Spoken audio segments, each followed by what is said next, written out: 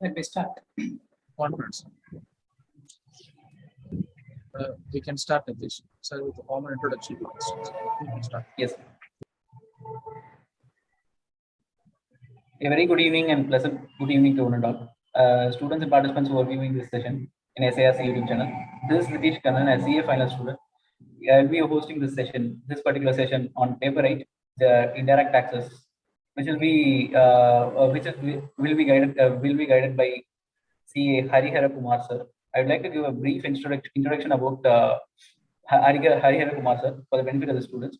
So he had been a All India rank holder in his intermediate examination, and he has 20 plus years of experience in as a faculty in National Academy for GST Customs and Excise Department, and he has more than 15 years of experience as a civil servant in GST Customs and Excise Department, and he had served up to regional director level, and he has his areas of expertise include GST, banking and regulation, customs, excise, transfer pricing and valuation in tax laws, corporate and other laws, and management accounting and cost accounting as well.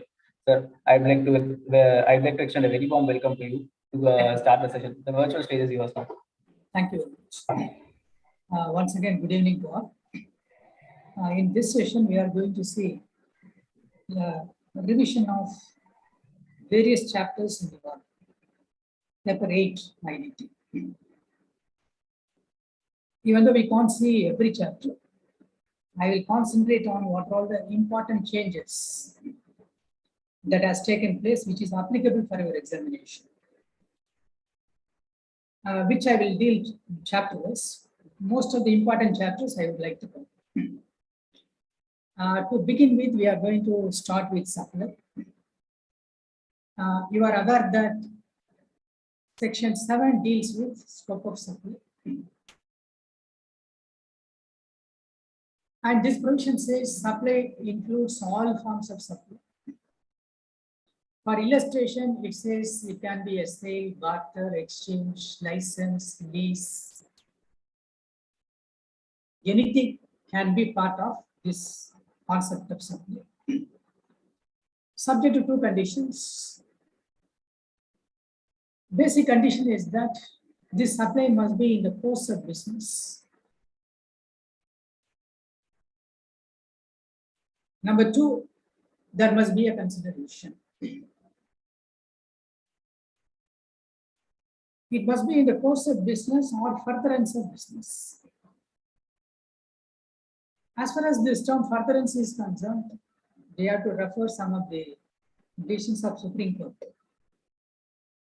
Long ago, not during the GST review. And the Supreme Court clarified that furtherance means there must be certain amount of continuity, intention to continue the business. If that condition is satisfied, we can say it is furtherance of business.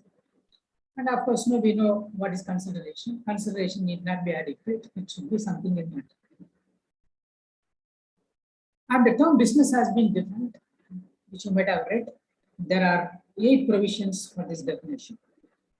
It is also an inclusive definition. Since it is inclusive, anything else also can be brought. Illustratively, it talks about so many things. It can be a horse racing, it can be distribution of lottery ticket, it can be betting, gambling. It is not necessary there should be volume, frequency.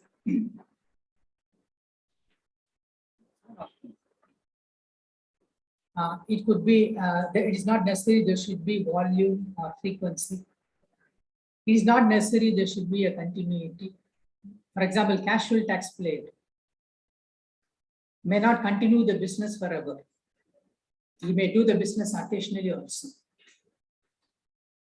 So there is no continuity. Still, it can be a business. It can be a trade, commerce, business. Many terms we have seen under this definition of business. So if these conditions are satisfied, it becomes a supply. And we have a schedule 1, which is an exception to this condition consideration. Even without consideration, it can be a supply. And there are 4 entries in Schedule 1. First entry is that any permanent transfer of business asset where you have taken ITC, it becomes a supply. And I purchase some goods, I have taken ITC. Subsequently, I transfer to somebody, but I don't take consideration. For instance, I am sending my capital goods to my own factory or my depot, branch, godown. I may not charge any consideration. Sometimes I may send to my group company, related companies, I may not charge anything. Because I have taken ITC, still it becomes supply. And I am liable to pay GST, or I may have to reverse the ITC. Second entry talks about any supply among related person or distinct person. Again, there may not be a consideration. If I am sending some goods to my own related person, I may not charge anything. After all, he is my relative, I cannot charge. But still it can be a supply. And who is related person? It is defined in section 15 valuation. When I discuss valuation, I will touch upon that related person concept once again. Distinct person you have seen. It is defined both in CGST Act and IGST Act. There are 3 situations of distinct person. First situation is if I am having registration in a state and also have registration in some other state. Even though legal entity is one, we become a distinct person. The impact is if I send any goods from, say, Delhi to Haryana, it becomes a supply. Andhra Pradesh to Telangana, it becomes a supply. Even though it is to my own related person supply or distinct person supply, I am liable to pay GST. Second situation is within a state, I am having multiple registration. And there is an option now. You need not be a business vertical. Earlier, there was a condition you must be a business vertical. The definition itself, the law has omitted. Optionally, you can have a multiple registration within a state, subject to terms and conditions. If permitted by commissioner, you can have multiple registration. In that case, say within a particular state, say Karnataka, goods are moving from Bangalore to Mysore or Bangalore to Mangalore. All are in Karnataka state. It will become a distinct person supply. Naturally, I will not charge anything on my Mysore factory or Mangalore factory, but I am liable to pay GST. Third distinct person is I have an establishment outside India. I have an office in France. I'm a software company. I have an office in France. I am in Chennai. I may supply some service to that office, or that office may supply some service to me. Or it may be even supply of goods. It is a supply among the distinct person. It would be taxable. So it talks about that situation.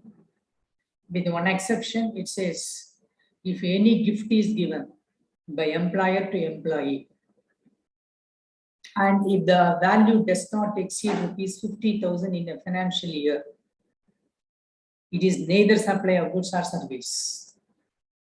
Often, organization gives a gift to employees in different form. It may be in kind, it may be in a monetary form, it may be supply of service also. Some companies give even motor car, residential property, two-wheelers, some gift packs they give. If the value is 50,000 rupees or less, but it must be in a financial year total, the employer need not pay GST. Even though it is a supply, he need not pay GST. But once it exceeds 50,000, if I give for 60,000 rupees a gift in a year, on the total 60,000, I am liable to pay GST. It will not be like a slab rate. And the third entry is that where agent receives goods from principals for further supply, or agent receives goods from a buyer or customer for further supply to the principal, will be deemed as a supply. But this provision created a problem to intermediaries who are agents. That we know the relationship between a principal and agent. Agent is not owner of the goods. Simply he holds the goods on behalf of the principal. So it created a situation that once the principal has to pay GST, again, that agent has to pay GST. Even though he may take ITC, there will be unnecessary paperwork. He has to file the return and formalities will be there. So board issued a clarification that in all cases, it will not attract GST. As long as the principal is not invoicing the agent. This is a very important point. Principal will not invoice the agent. He will invoice only the buyer or customer. But he may add in the invoice through. The invoice may be routed through. Or he may indicate who is the agent through whom the goods are being supplied. Like that, if he prepares an invoice, that will not be deemed as a supply. So agent need not pay GST again.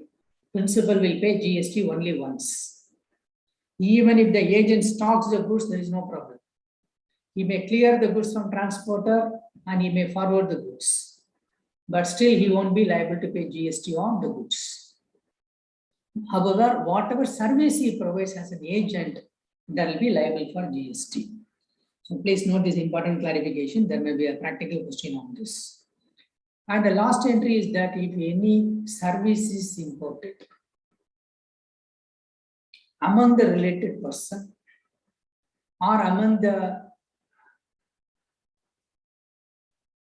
establishment by an organization, is an establishment outside India from which the service is being imported, even without consideration, it will become a supply, provided it is in the course of business or commerce.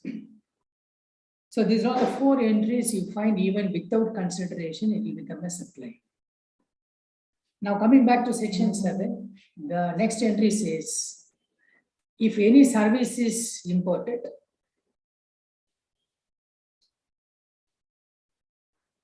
even though there may be a consideration, but it is not in the course of business or not for furtherance of business, it will become a supply. This is another exception. Basic condition we saw, there must be a consideration. If there is no consideration, it is an exception, it is covered by Schedule 1. Another condition we saw, it must be in the course of business or furtherance of business. This exception is that even though there is no need for furtherance of business, or I am not using this for furtherance of business, or I am not using in the course of business, still it can become a supply. Maybe goods or service, but specifically it talks about a situation of any import from abroad. Even though it is not for furtherance of business, it can become supply. The impact is that even as an individual, if I import some service, for example, I am downloading a movie and watching. I pay $1 and I download that, I watch that movie. Even though it is not for my business, this provision will attract GST. The supply will attract GST. Another example, I am having access to a matrimonial website. This is for my individual requirement, not for any business purpose. But there is a consideration, it becomes a supply. So this is an exception. The next part talks about Schedule 2. It's a lengthy schedule. I may not go in detail, but concentrate for examination purpose some of these entries. Entry number 1, that is transfer of title to the goods. Transfer of title to the goods means when I supply some goods and raise an invoice and I receive consideration, the title is transferred. I deliver the goods, I issue the tax invoice, the title is transferred. It is supply of goods. Number 2, I transfer some undivided share in the goods to another person. This will become a supply of service. Or I transfer only right to use. It is supply of service. 3, I transfer some goods subject to the condition that the ownership will get transferred only on payment of the full amount due to the supplier. In other words, this situation will cover hire purchase agreement. You buy some color television refrigerator on hire purchase basis. You are given some EMI, say 11 EMI you have to make. Actually, the ownership gets transferred only when you pay the 11th EMI. But you have the right to use the goods. So even though the ownership is not transferred immediately, it becomes supplier goods. So those dealers who supply any goods on hire purchase basis, they will deal as supplier goods and they will pay GST accordingly. The next entry deals with any process. If I do any process on any goods, particularly job worker will do process on goods. I received some goods from someone is supplying material to me on which I apply some paint. Or I do the activity of galvanization. He'll become supplier of service. Because the ownership of the goods doesn't belong to me. Then the next entry talks about transfer of property. Any goods which you transfer as a person carrying on the business, or on your direction the goods are being transferred, it becomes supply of goods. This has to be linked with entry number 1 of schedule 1. And once ITC has been taken, and if I transfer the goods without consideration, it becomes supply, I am liable to pay GST. Next situation talks about if I supply any business asset to a person, or on my direction it is being transferred for private use, or for any purpose other than business. For instance, I am having an organization, I am giving the company's car to my general manager for transportation from his home to company or back to home. Now this is for private use. It becomes supply of service. And the ownership of goods are not being transferred. I only permit him to use the motor car. I may not charge anything also, but it can become a supply. And the last one talks about where a person cease to be a taxable person. Cease to be a taxable person means during the last financial year, my supply was exempted. Just a minute, Mr. Rajesh Kannan, if any notes are available for the session, requesting to share the same by screen sharing, it will be very beneficial to the student.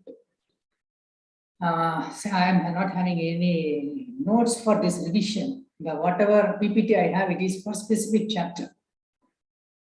However, I have a PPT or material for important questions or important changes that have taken place during the last 1 year that I will share at the end of the session.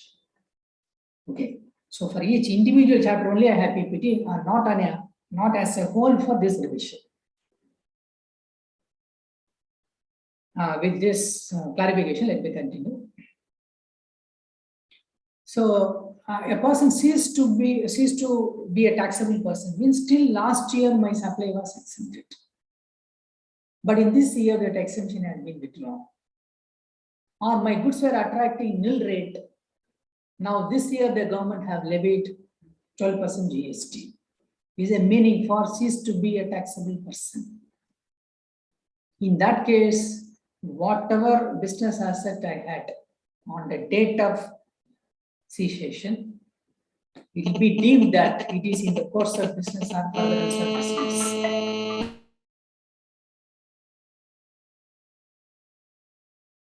Exception number 1, if the transfer is a going concern, or we call slum sale, which we have studied in Companies Act and Income Tax Provision.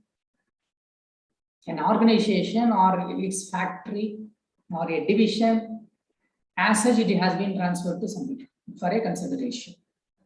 This is called transfer as a going concern. And the test for going concern is no individual asset will be valued. We will not give any breakup for each asset like land, building, plant, machinery, etc. I will say total consideration is 400 crore. If they pay 400 crore, I will transfer the asset. This is called slum sale. That will not be governed by this provision, and that is exempt under notification till bar 17. There will be no GST. The conditions are satisfied. Second one is if the business is continued by appointing a representative. Once I appoint a representative to continue the business, the situation continues. For that reason, it will not be governed by this provision. And the next entry is talking about any transfer of land and building. If you lease or if you do an activity of construction, a construction may be industrial construction, it may be a construction of complex, residential unit. All these will become the supply of service. Whereas leasing of land, leasing of building, hiring of building, licensing, all these will be supply of service. Because the ownership is not transferred, ownership will return back to me. I only allow the person to use that, so it will be a supply of service. Then serial number 5 has many entries. One is again, if I provide construction service, which may be residential or industrial or commercial, it is supply of service with one condition. If I receive any consideration before receipt of the completion certificate, it will become supply of service. Completion certificate means, in the case of residential flats and other constructions, there is a requirement to get an approval from the local authority. If it is Delhi, they have to get an approval from DDA, Delhi Development Authority. Without their approval of the plan, they cannot construct a building. And they'll give one final approval also to ensure that the building has been constructed according to the plan. Once that completion certificate has been received, then I sell some flat building. There will be no GST, will not be supply of service, because it becomes an immovable property. An immovable property, there cannot be GST at all. Constitution itself doesn't permit. So before completion certificate receipt, if I receive any consideration, it may be even 1 rupee, or you may call by the name advance, call by any other name, will become supply of service. Then there are entries about transfer of intellectual property right, which is an important entry. Intellectual property may cover patent, trademark, geographical indication mark, design, trademark, and many more. If you transfer temporarily, it becomes supply of service. If you transfer permanently, it will become goods. And it is not necessary goods must be visible, as held by Supreme Court. The landmark judgment of TCS Limited and Yes India Limited. Goods need not be visible, goods need not be tangible. Software are also goods, even though it may not be visible. Similarly, IP are also not visible. You may be able to see some registration document, but that we will not say it is tangible goods. So these intellectual properties are intangible. Once you transfer permanently, it becomes goods. We'll go by the tariff schedule meant for goods. Whereas temporary transfer, it becomes service and taxable at 18%. And it has entry on works contract, very important area. Works contract is a combination of goods and service together. But delivery will not be in the same form. It will be in different form. Best example of works contract is construction. Real estate builder who construct a residential flat, actually they do only works contract. To a consumer, they give goods and service together. But they don't give bricks, cement as it is. They give in the form of a building or flat. but still it becomes a works contract. It need not be given in the same form. But in GST law, one important condition has to be satisfied for works contract. That condition is that works contract must relate to immovable property. There can be works contract even for movable property. Annual maintenance contract for computer system, air conditioners is also actually works contract. Because they supply some spare parts companies, they give labor. But under GST law, only if it relates to immovable property, then only it will fall under works contract. And works contract is deemed as supply of service. Even though it has a combination of goods and service, it is considered to be service and will be taxed accordingly. Then transfer of any food or beverages, or we call articles of food, other than alcoholic liquor for human consumption. Because alcoholic liquor for human consumption is not under GST. It may not come under GST also, because Constitution has no provision as of now. It is outside the ambit of GST provision. So other than alcoholic liquor for human consumption, if hotels, restaurant, or whatever name you call, if they supply any food or beverage item, it will become supply of service, even though it is a combination of goods and service. Then any development of software, upgradation of software, all this will become supply of service. Physically, no goods are supplied. Maybe upgradation, development, support services, many more are covered under this entry. They are supply of services. And next one is, if any goods are transferred with right to use, it will become supply of goods. One should know the difference between right to use and without right to use. Without right to use means I myself will bring the goods to your premises, I will operate. You may not have the right to operate that equipment or machine. It's called without right to use. For example, you want to celebrate your birthday. You ask me to provide audio video facility. Now I bring the audio video equipment to your home,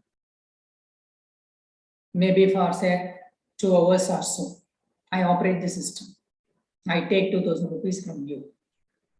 This is an example of transfer of right without right to use. Because you will not be allowed to operate the equipment or system.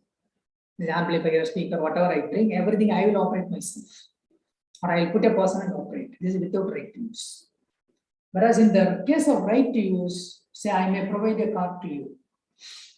You have come from Mumbai to Chennai. You know driving. You don't want to opt for cab. You want to take my car and drive on your own for say 2 days. Now I am giving the right to use my car. So wherever there is a supply of right to use, it becomes supply of service and not supply of goods. And of course, there was one last entry which has been omitted. Why it is omitted, I will tell you next. There is an important amendment in this section 7, which may be asked in your exam. And that amendment is, there was a question regarding if any association of person, example clubs, club is nothing but an association of person.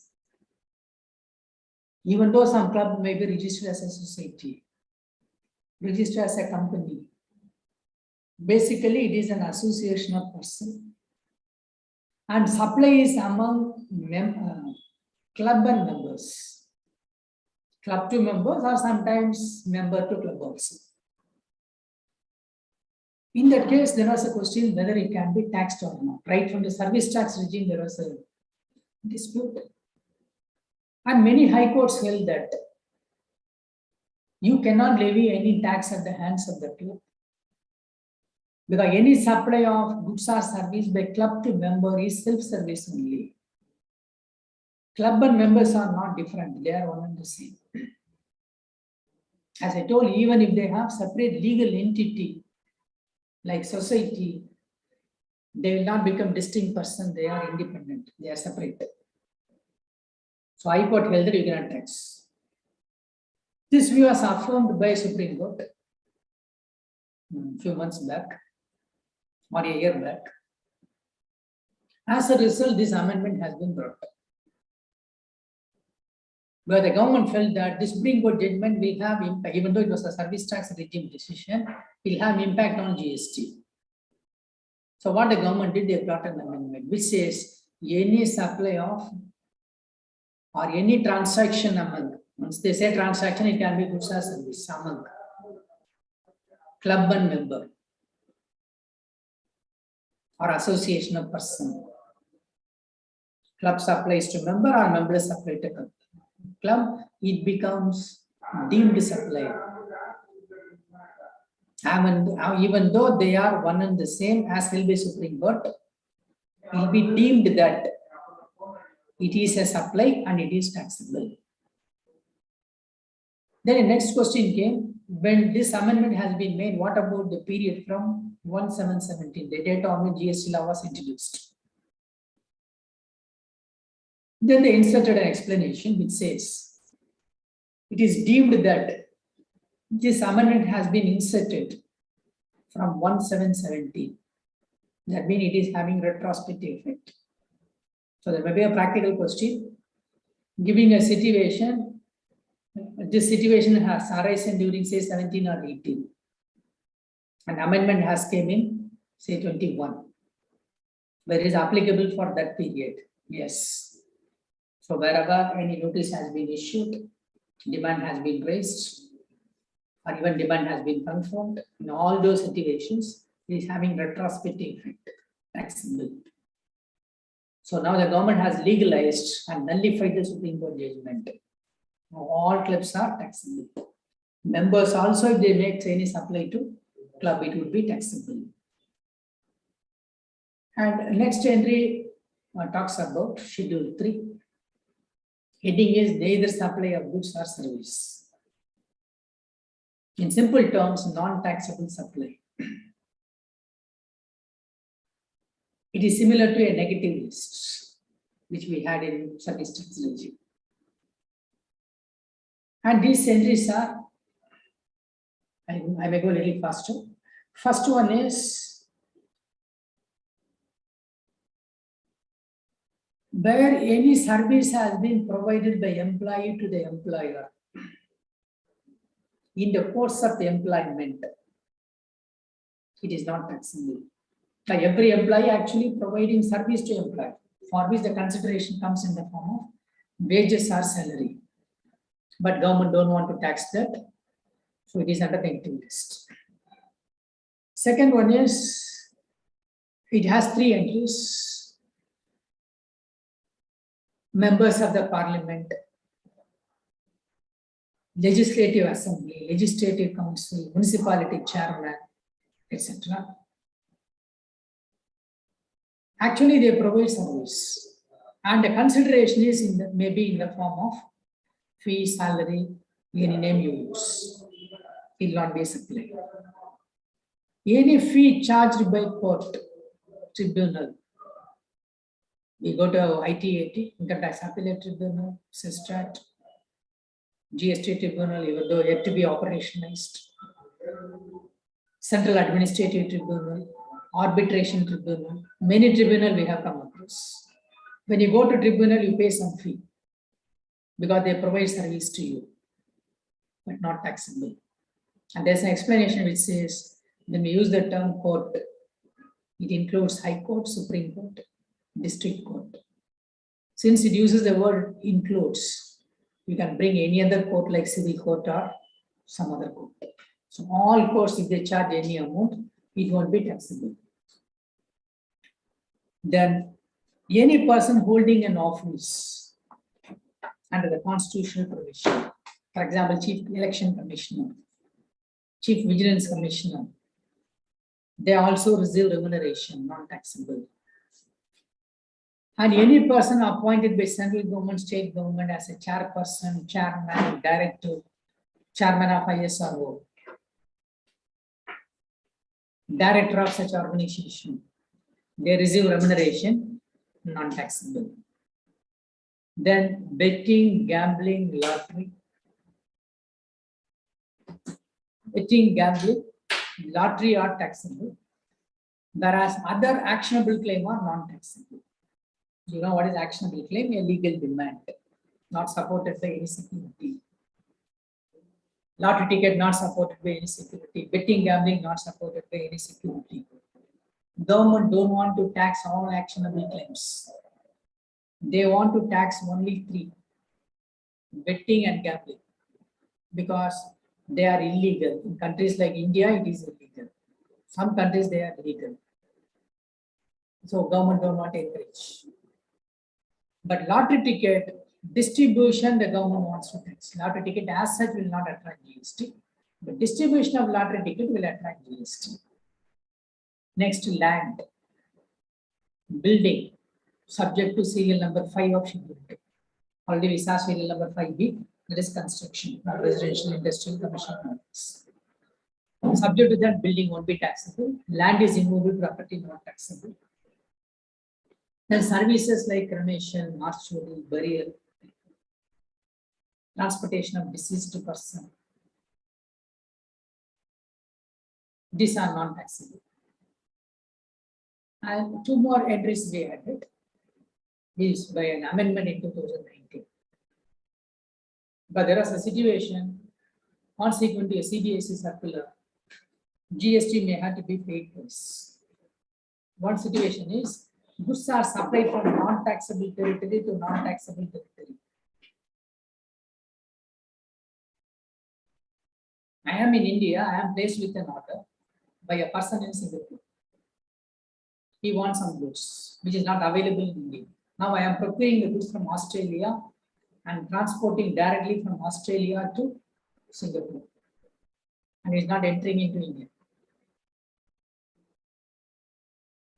In that case, there will be no GST.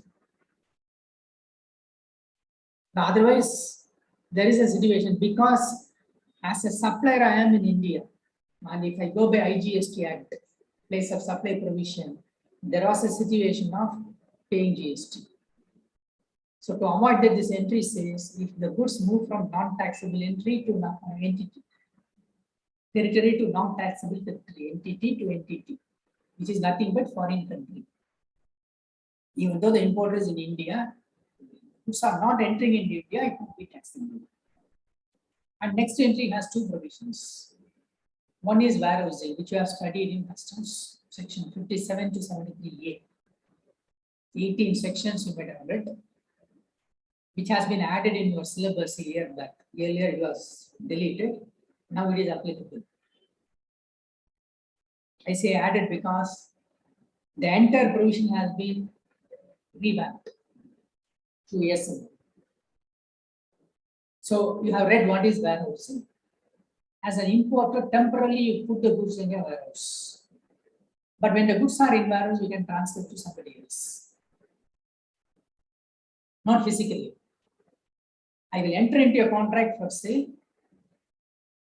I may collect the consideration also. The buyer will file the bill of entry, he will clear. So there are two transactions. There is an import, there is a subsequent transfer. CBI circular clarified that there will be a situation of paying GST twice. So on representation, a notification was issued or a clarification was issued by way of circular. To regularize, they brought the amendment which says when goods are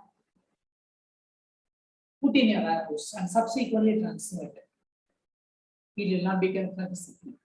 There's only one time the GST will be paid by GST.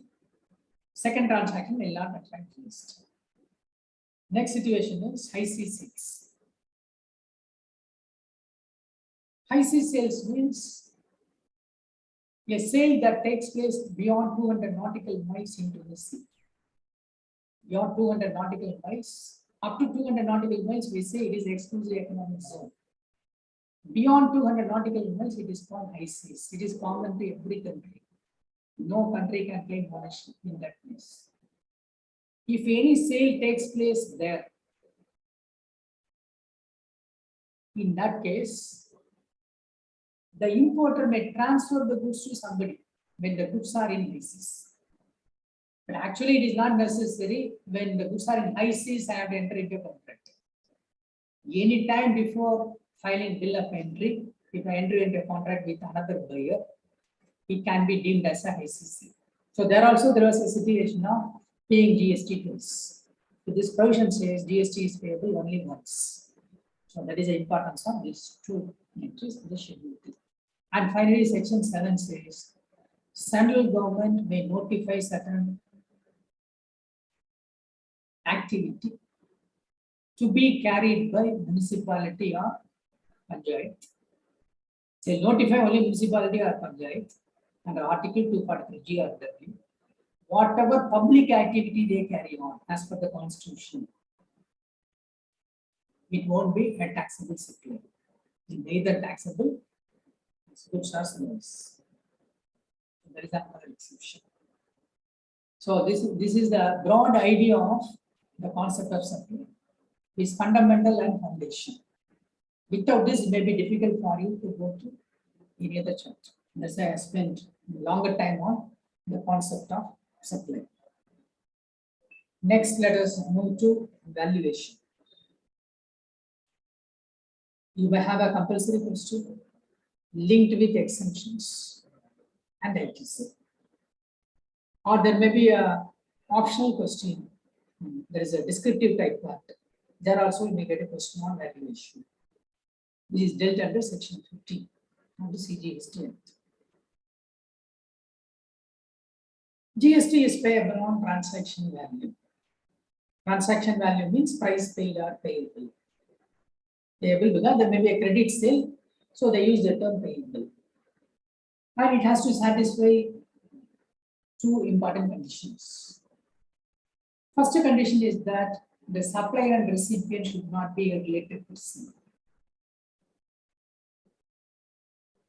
But if they are related, it may influence the transaction value and may charge lower price. So that's why it says recipient and supplier should not be related.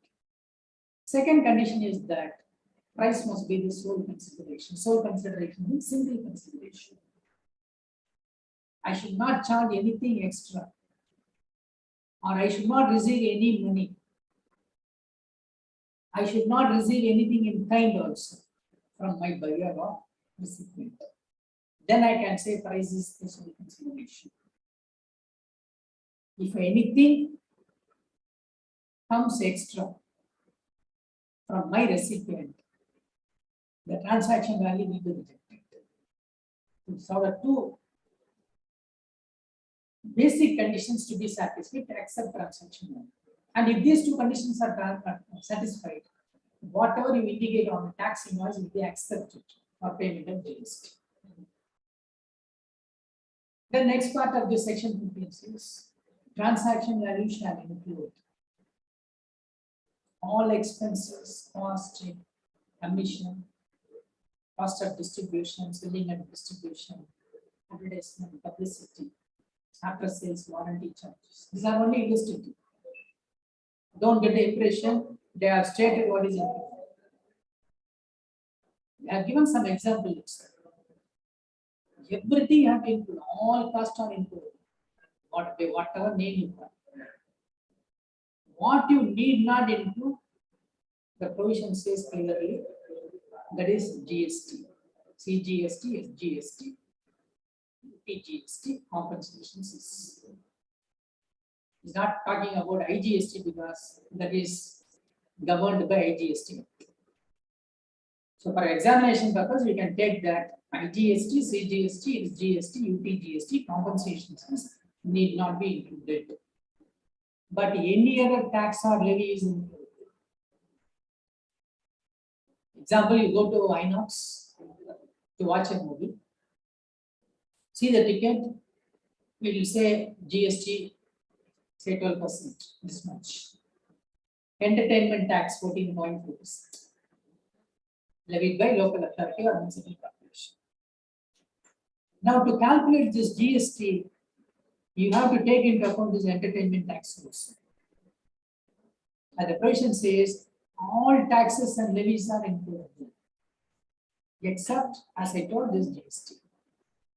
So in exam, if there is a question giving illustration of some excise duty, entertainment tax, some other tax, first you add all these tax levies. On the total, finally you calculate the GST amount. This has to be taken into account. Further it says, if any amount paid by the recipient on behalf of the supplier to any other person will become part of the consumption. I am selling some goods to you. I am raising a tax invoice for 50,000 rupees, but I put a condition that 10,000 rupees you have to give it to Exxon company on behalf of me. Otherwise, I will not supply these goods at 50,000. Now, this is the situation now. Recipient is paying some amount to a third party on behalf of the supplier, that is me.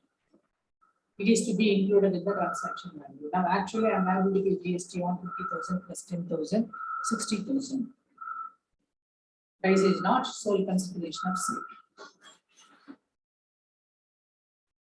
So, there is a meaning for this position. And it defines related person. There are 8 types of related person, which we borrowed from customs import valuation. If you read in GST, you need not read under customs law. Or if you have read under customs law, you need not read under GST with only one change. So quickly, I will give a recap of this related person. First one is they are manager or directors of one another's business. The director of supplier company is a director or managing director of recipient company or vice versa. 2, they are legally recognized partner. In the recipient company, supplier company, there are some common partners. They are employer and employee.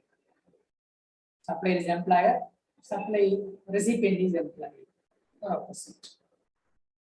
For any person who holds 25% or more of outstanding voting stock or capital. Outstanding voting stock or capital is nothing but paid up capital.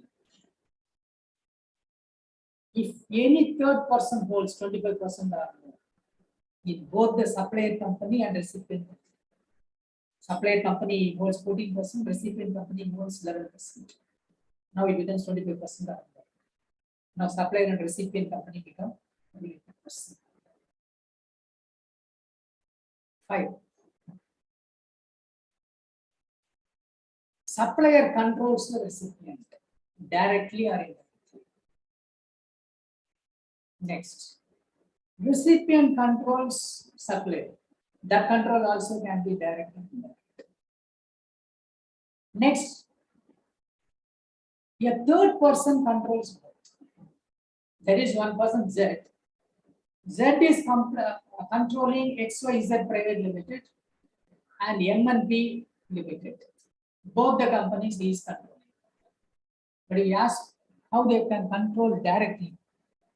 Direct control means by holding share, like Mr. Elon Musk, who is controlling Twitter. He buys shares, he actually controls Twitter. Like that, by shareholding, one may control them. Indirectly controlling means supplier may be depending upon the recipient. Without the recipient, he may not have a market. Our recipient may depend upon the supplier, but there is no other supplier. Or someone supplies the raw material, that raw material is a critical raw material, nobody else can supply. So the raw material supplier is indirectly controlling this person.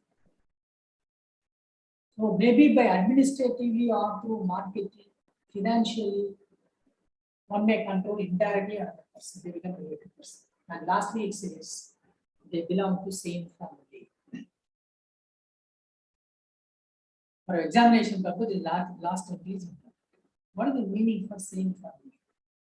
There is no definition for saying family. But there is a definition for family under section 2. There are two parts. First part says family means spouse and children. Husband and wife, children, family. 2. Brother, sister, parent, grandparent. They are also family provided they depend upon that individual. They have to completely depend upon that person.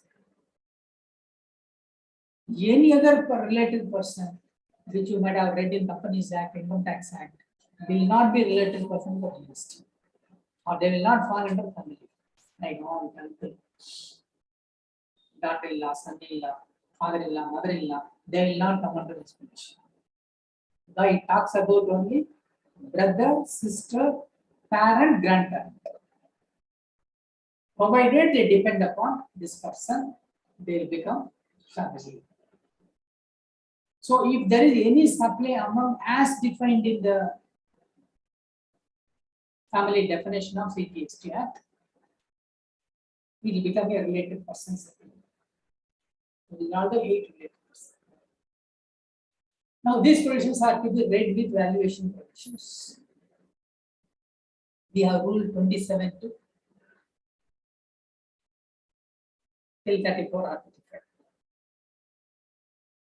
Rule 27 is applicable where the consideration is partly not in money. I sell some goods to you, you pay me 1,000 rupees, and you give some goods to me. You give your old mobile phone, I am selling new mobile phone to you. And you pay 10,000 rupees to me. Now you are giving 10,000 rupees plus your old mobile. Now this is a case where consideration not wholly in money, partly in money, partly in kind. Then how to determine the transaction? Now the mobile phone which you are giving to me for exchange, I have to value on the basis of open market value of that, if available.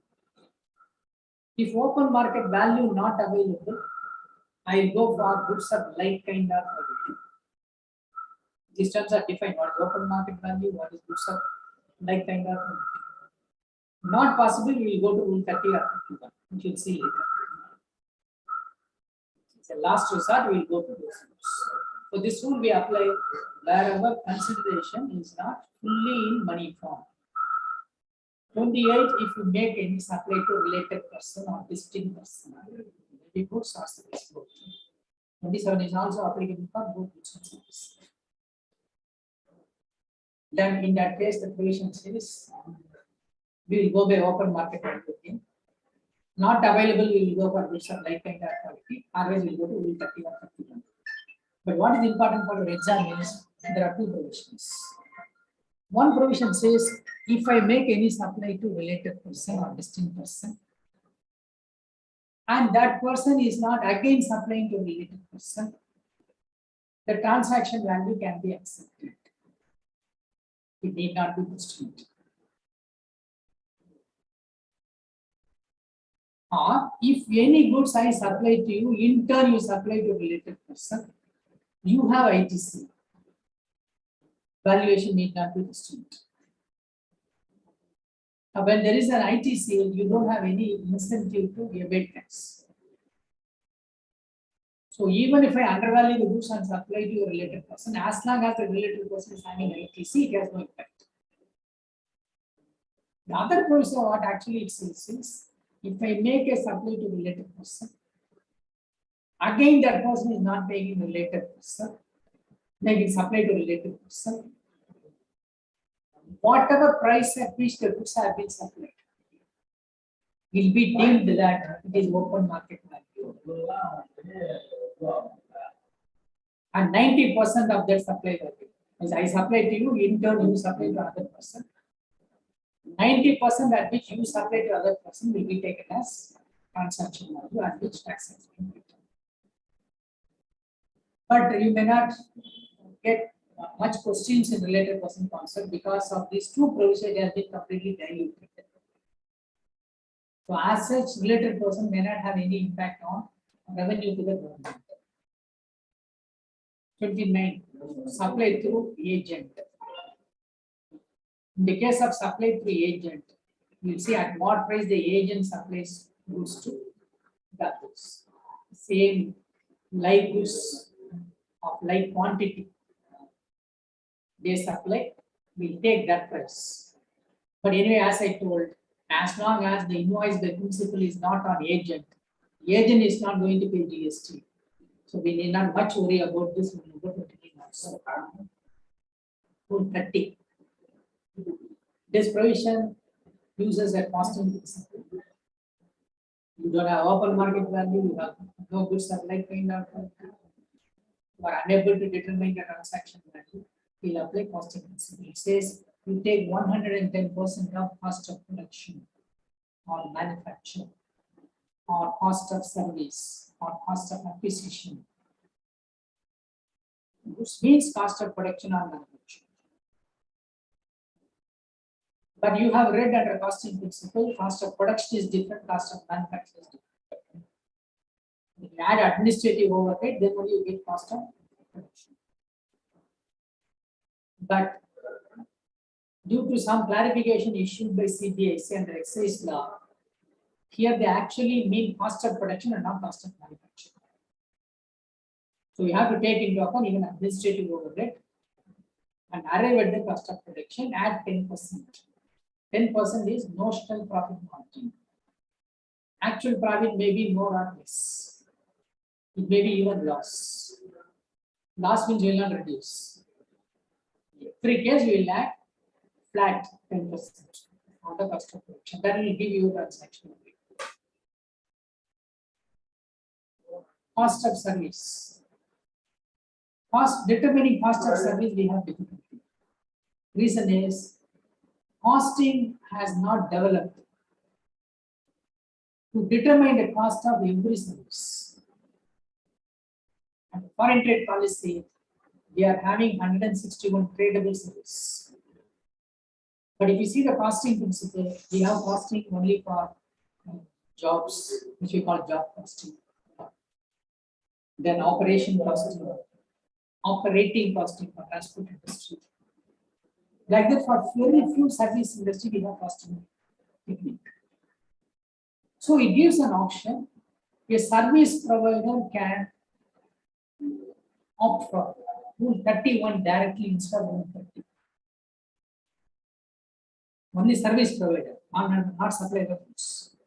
Supplier of goods have to come through the order. Rule 30, not possible, only Rule 31. As a service provider, we can skip Rule 30, directly we can go to Rule 31.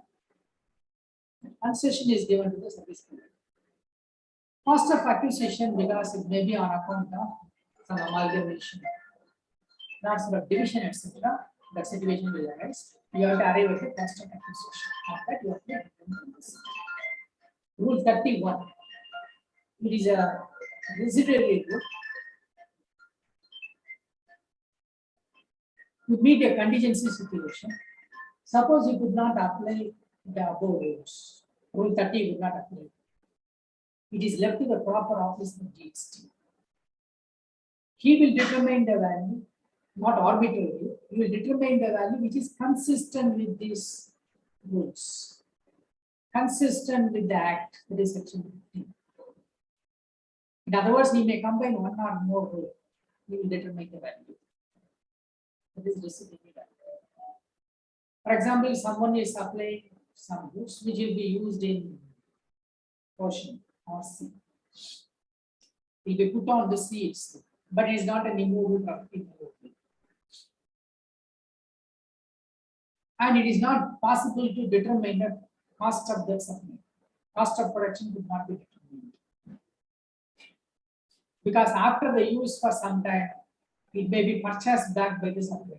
Like that, there is some condition. Now we may apply Rule 30. For another example, there is some supply of waste and scrap, but there is no market price. supply to some related person. You want to determine the value. There is no costing for waste transfer. So goods are manufactured to determine the cost. How to determine the cost for waste transfer? There is no technique. So they may resort to rule number 52. Rule 32.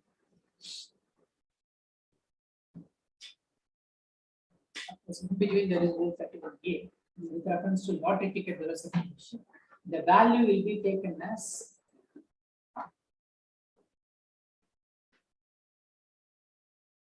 since the lottery ticket will be inclusive of GST, it will be taken as 100 by 100.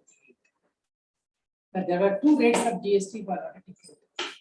They are rationalized consequent to a GST council meeting. The lottery ticket attracts 28%. The ticket price or face value will be inclusive of GST. Now, rule 32.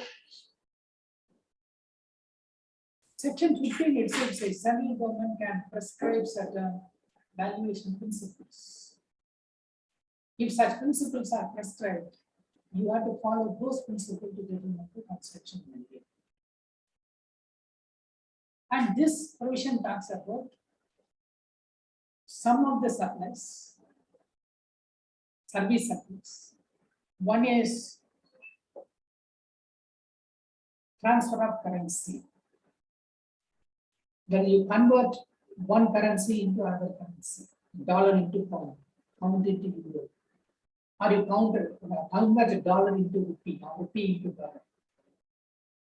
In that case, the provision says you take the RBI reference rate, take the actual exchange rate, find the difference between these two. What is the RBI reference rate means? Reserve Bank of India gives a rate for certain top currencies, frequently traded currencies: dollar, euro, pound, Japanese yen. So these four currencies are most powerful currencies. Everyone accepts these four currencies. Now RBI will give a reference rate depending upon the international money market condition. This is RBI reference rate.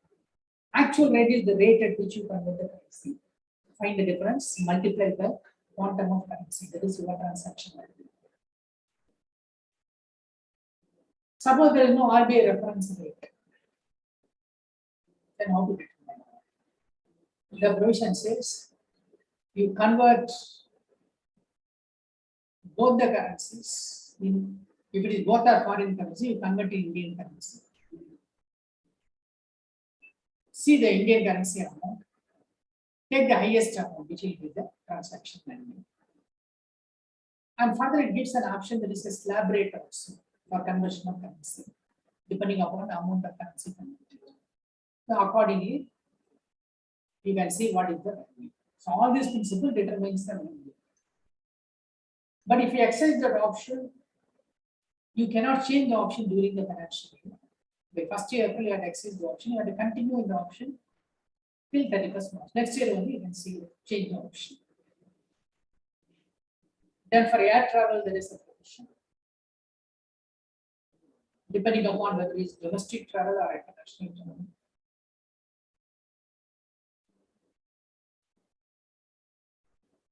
Then life insurance linked with unit, which we call unit linked insurance policy.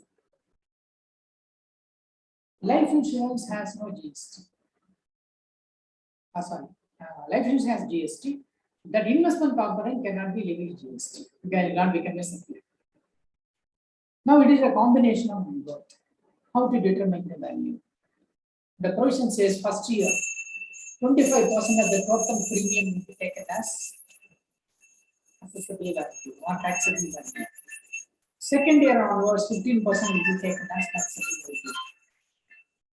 Subject to the condition, the insurance company is not disclosing what is the investment component, what is the investment component, and what is the premium component of the life insurance policy. Now, first we have an option. Either you pay GST only on life insurance premium at a receipt. Alternatively, don't disclose the premium part. On the total amount, first year you take 25% as value, second year onwards, 15% as value on which you can pay GST. Next one is very important for your examination. If you dispose any goods on which you have taken ITC, any capital goods on which you have taken ITC, you have to reduce the ITC by 5% per quarter or part thereof, arrive at that amount. Then calculate the tax on the transaction value of that asset. Transaction value means the price at which you sell. Whichever is higher will be the transaction value. However, in case you supply any waste or scrap, we will not go to the formula of 5%. Directly on the transaction value of the waste or scrap, we can pay GST. So there will be a practical question on this part. So rest of the provisions are definition and how to determine the rate of exchange. Those provisions are given. So this is basically valuation. Next, let us see ITC. Another hunting area for the examiners. Basic concept of ITC is it is a setup system. You pay some tax on your inward supply. You take ITC, which you adjust against the tax payable on your outward supply.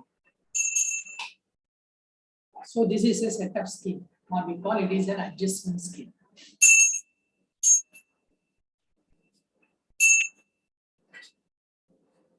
These provisions are governed by section 16 to section 20 of the CGST. First, let us see some important areas of section 16. The first part of this section 16 says, a registered person can GST on all inward supplies of goods and services.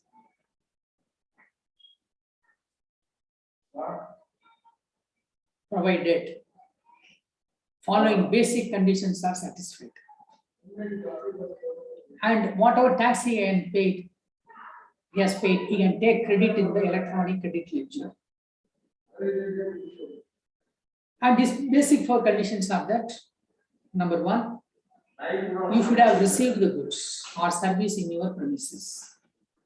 But there are explanations which says, once the goods are delivered to the agent or any person on the direction of the recipient, will be deemed that it has been delivered.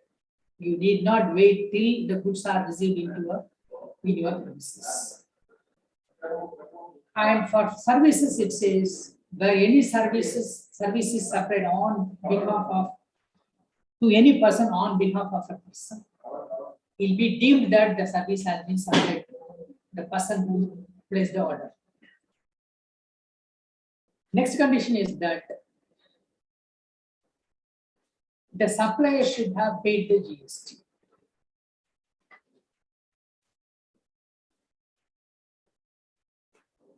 Condition number 3, you must be in the possession of a valid document, namely tax invoice or debit note, supplementary invoice, or any other document notified by the government. Every document you cannot take it. It has to be tax invoice, debit note. Debit note includes supplementary invoice. Government has notified bill of entry. When you import goods, the document showing tax payment, that is custom duty payment, is bill of entry. On that basis, you can take it because this document has been notified. So, where any document is not notified, ITC cannot be applied. Last condition, you should have filed your return under section 39. GST or PV. But the area to be concentrated is the supplier has paid the GST. Now, as a recipient, how I will come to know that the supplier has paid GST? It may be difficult for many recipient to ascertain. So, as a result, this became an litigation. Writ applications were filed. before various high courts. And high courts felt that you cannot impose any condition on a person which cannot be complete. And if you impose such condition, it becomes unconstitutional. And the matter has gone to Supreme Court, which is pending before Supreme Court. However, to be on the safer side, you can ascertain he has paid GST by having a copy of the GSTR 3B filed by the supplier. So whether the GSTR 3B gives only a consolidated amount, you must take some letter or authenticated document that he has paid the GST, otherwise the credit can be denied. Next provision says you should have made the payment to the buyer, sorry, to the supplier. Sorry. Recipient has made the payment to the supplier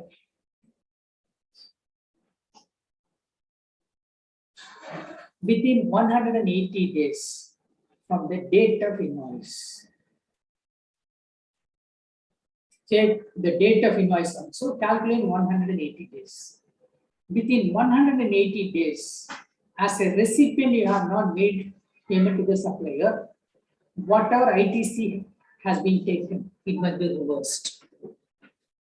Alternatively, it has to be paid as output tax along with interest. Interest from which date? Interest from the date on which you have taken the ITC. Not the date of the invoice, the date on which you have taken IT. That means if you have purchased some goods, let us say in July 22, say 17th July 22, you are taking ITC on 20th August 22 when you file GSTR 3B. Now from 20th August 22 onwards, suppose you reverse on 181st day, till the date of 180 days, you calculate interest at 18% and pay the tax to the government. Subsequently, you make the payment. Once again, you can take ITC. You have made part payment within 180 days. Another part is paid after 180 days. Whatever part not paid, you have to reverse the ITC with interest. Subsequently, when you make the payment, you can take credit. So you must be very clear about how to calculate the interest, what should be the rate of interest, how to calculate that 180 days. And if as where it is stated 18%, it is prescribed in the rule itself. So we charge 18% interest. The next provision says, once you take ITC on capital goods, you should not claim any depreciation on the tax component under section 32 of Income Tax Act 1961. If I have purchased a machine for 10 lakh, GST, let us say 12%, 1,20,000. Leave this 1,20,000. Only on 10 lakh you claim depreciation under income tax provision. If you include tax amount and claim the depreciation, you will lose the ITC. You'll have all the other consequences like payment of interest, penalty, etc. Next provision is that what is the time limit to take ITC? The time limit is the due date for filing September return in the following financial year, or date of filing of annual return, whichever is earlier. September return, normally we file by 20th, which may vary from state to state. For some state it is 21, for some state it may be 24. So depending upon the date given by the government, take the due date. Take the date on which you file the actual return, whichever is earlier. Within that period, ITC has to be taken. If ITC is not taken within that time limit, the ITC will be lost. Section 17 discusses about manner of taking ITC and blocked credit. First subsection says, if you use any goods or service in taxable supply, you can take ITC. If you use any goods or service in exempted supply, you can't take ITC. What is the exempted supply? You have to see the definition. Exempted supply may be by way of notification. Example, for service, we have 12/17 notification.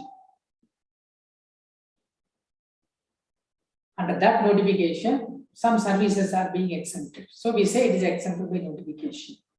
Or tariff itself may say nil rate. Goods tariff, that may be nil rate. Or it may fall under Schedule 3.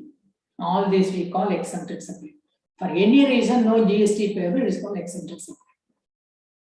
So if you are using any goods or service toward that exempted supply, it should not take any ITC. Taxable supply you can take. You use some goods or service for both business and non-business. What is used in business, you can take ITC. What is used in non-business, no credit. Some companies, particularly limited companies, they may have both business activity and non-business activity. So they have to identify which is relatable to business, which is relatable to non-business. What is non-business, they should not take ITC.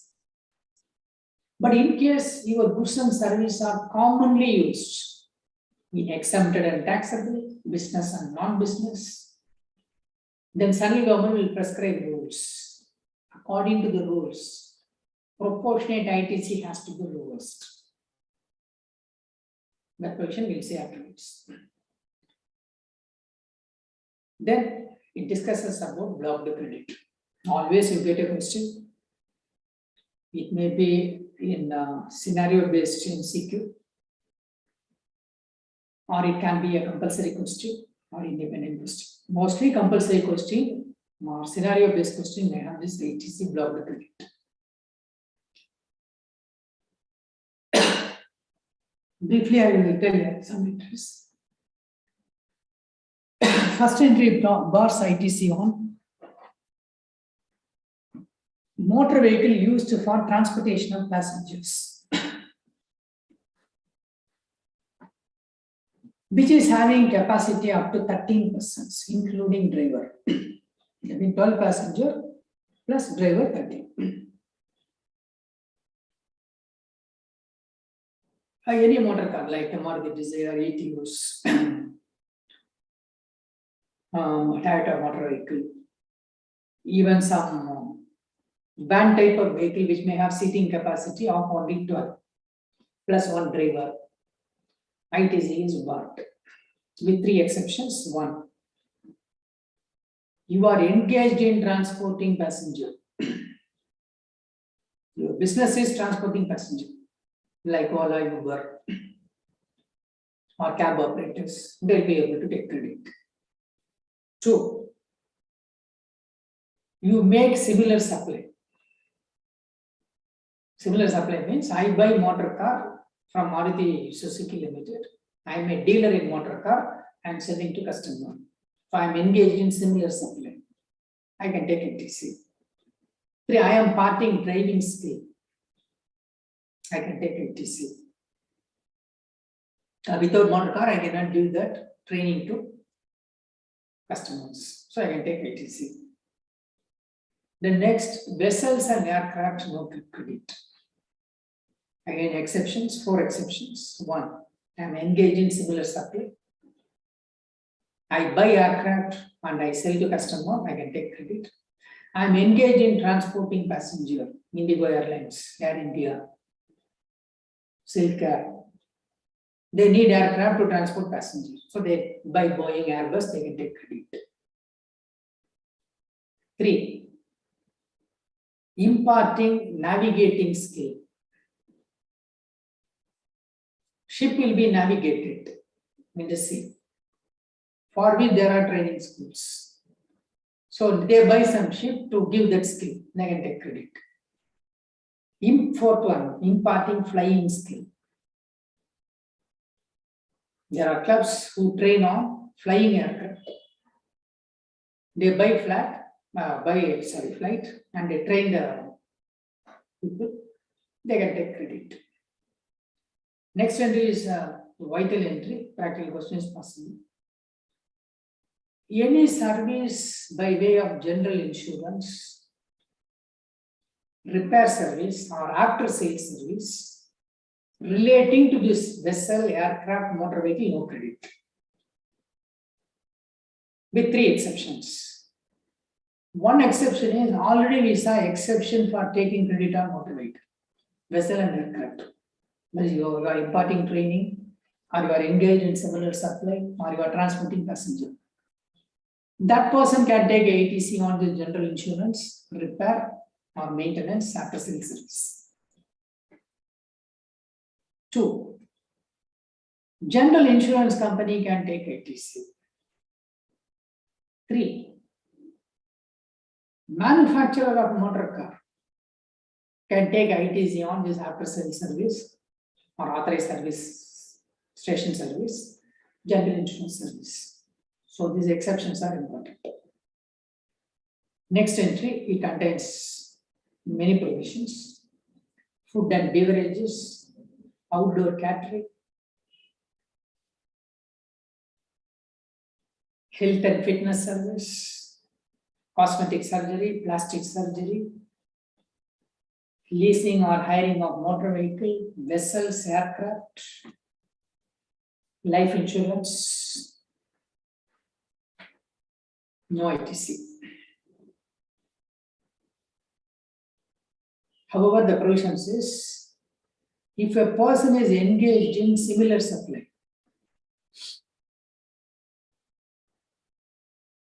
for example, I take motor car from you, I give motor car on hire basis to somebody. I also have some car. There is a huge demand. From you, I take some car. You are also engaged in cab service. I provide service to somebody else. This is called similar service. I can take credit. Or if I make some supply as composite or mixed supply, I can take credit. Example, an event manager has been engaged to organize a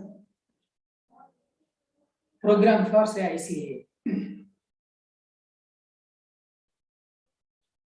It's an all India program. So an event manager has been engaged. Now the event manager has to find a hall on rental to conduct this program. He has to make arrangement for supply of the food. He has to provide audio video facilities, pick up and drop for dignitaries, VIPs and all. And many more services he gives as a bouquet or package. Now for providing this service, now he is providing many services together as a composite supply or mixed supply, for which he is procuring some goods or service. He will be able to take ITC. And one more exception has been introduced later. Now before that, let us see 2 more entries. No ITC on any membership in the club or health and fitness center, there will be no credit. There is for personal use, no credit. Then leave travel, home travel concession given by the employers, no ITC. And a provision has been made. This provision says where anything supplied among these entries has a statutory obligation. That means there is a legal requirement under some law to make that supply. Credit can be taken. Example, food and beverages, the credit is bought. But every organization may have an obligation to provide food and beverage by having a canteen. Where the Factories Act says you should have a canteen or at least a facility to provide food and beverage, depending upon the number of employees. Now it is a statutory obligation. They'll be able to take ITC. Our women employees have to be dropped if they are asked to sit late night. There is no act for that, but there are instructions by the police department which says if any women employees has to stay late beyond the office hours, say beyond 6 p.m., compulsorily they must be dropped along with a security. So it becomes a statutory obligation. If so, you can take credit on these entries. Next talks about a complicated entry, works contract. If any works contract is used for construction of immovable property, it is blocked. But in bracket it says other than plant and machinery. However, works contract service provider can take credit. You are a works contractor. I am your subcontractor. I am providing works contract service to you. You can take credit. Because your outward supply is works contract, inward supply is works contract, you can take credit. This is one exception. The other exception is if it is plant and machinery, you can take credit if you use any works contract service. So what is this plant and machinery? Defined. It says plant and machinery includes machinery, equipment, apparatus, including the foundation, support structure for the machine equipment. I buy one drilling machine. To place this drilling machine, I make a foundation with civil structure using cement and mortar. That is an immovable item on which this machine is being placed. Or I want to place one water tank. So I buy some steel rod, steel sheet. I make a structure on which I place that tank. Now the support structure and foundation is considered to be plant and machinery. You can take credit. Some are governed by this provision which says, but it does not include, number one, any building or civil structure will not become plant and machinery. You may construct administrative building. You may call temporary cycle stand shed. No credit. Two, pipeline laid outside the factory. Organization lay pipeline from factory to customer premises, like refinery, Mangalore Refinery Limited. They may lay pipeline from the refinery to IOC terminal. Within their factory, they can take ITC. Beyond the factory, ITC will be allowed. Three, telecommunication tower. Well, there is a dispute whether telecommunication tower is movable or immovable. And it was held that telecommunication tower is actually movable, because you can dismantle without substantial damage to the property, you can erect elsewhere. So specifically it mentions no ITC on telecommunication tower. So organization like Jio, Airtel, if they put up any installation tower on any building, substantial amount is involved, but they won't be able to take ITC, it is barred. Next entry, any goods or service which you use for construction of immovable property. Again, other than plant and machinery. Even though it is for your business, you can't take credit. The difference between the previous entry and this entry is, previous entry talks about your inward supply of works contract. Here it talks about generally goods and service, any goods and service you take. For instance, you construct your office building. You yourself buy cement, gravel, bricks, everything. And you put some labor, you construct. You can't argue that this building is for my own office purpose, official purpose. You can't do it. But of course, there is a contradictory decision by a High Court on a writ application, which says this provision is unconstitutional. But it has to be tested before Supreme Court, pending before Supreme Court. So for the time being, even though it is for your own construction, you are going to use for your business, official purpose, any goods and service for construction of immovable property, no credit, excluding plant and machinery. And in the previous entry, there is one more explanation. The term construction includes addition, alteration, renovation, reconstruction, remodeling, provided the expenses are being capitalized. demolish one side of the wall, I reconstruct the wall. Or simply I repaint the wall. That expense, how I treat in my books of account, that is going to decide my ITC. If I capitalize that painting expense, it will be considered as relating to movable property, I won't be able to take ITC. Whereas that expense I charge to profit and loss account, that is revenue expenditure, I'll be able to take ITC. But don't be under the impression that it is your choice. Now you have to follow accounting standards, Ind AS, accounting policy, convention, etc.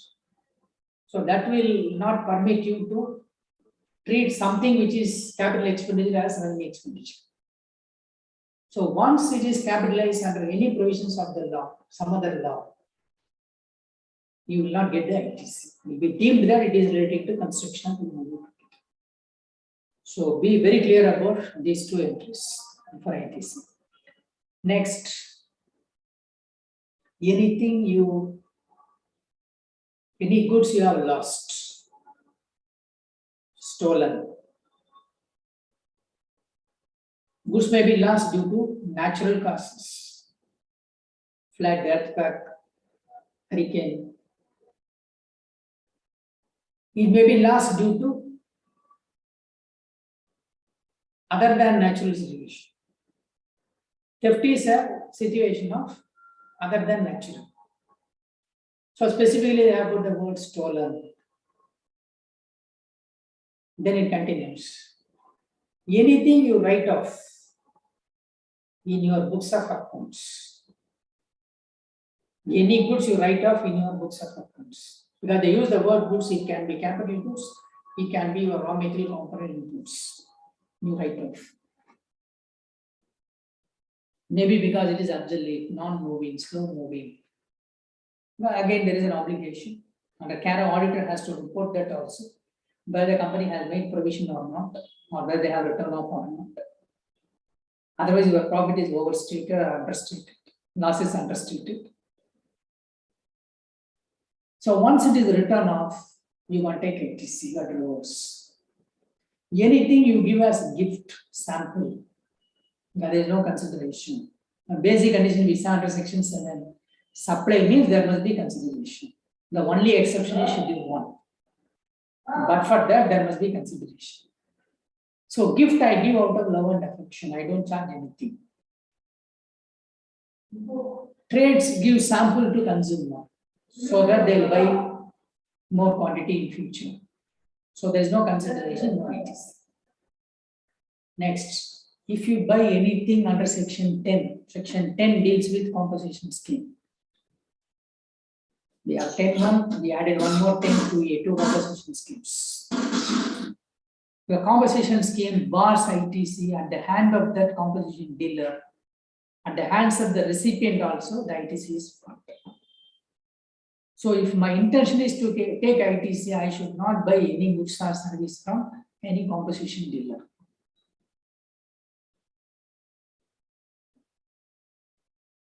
Next, block the credit.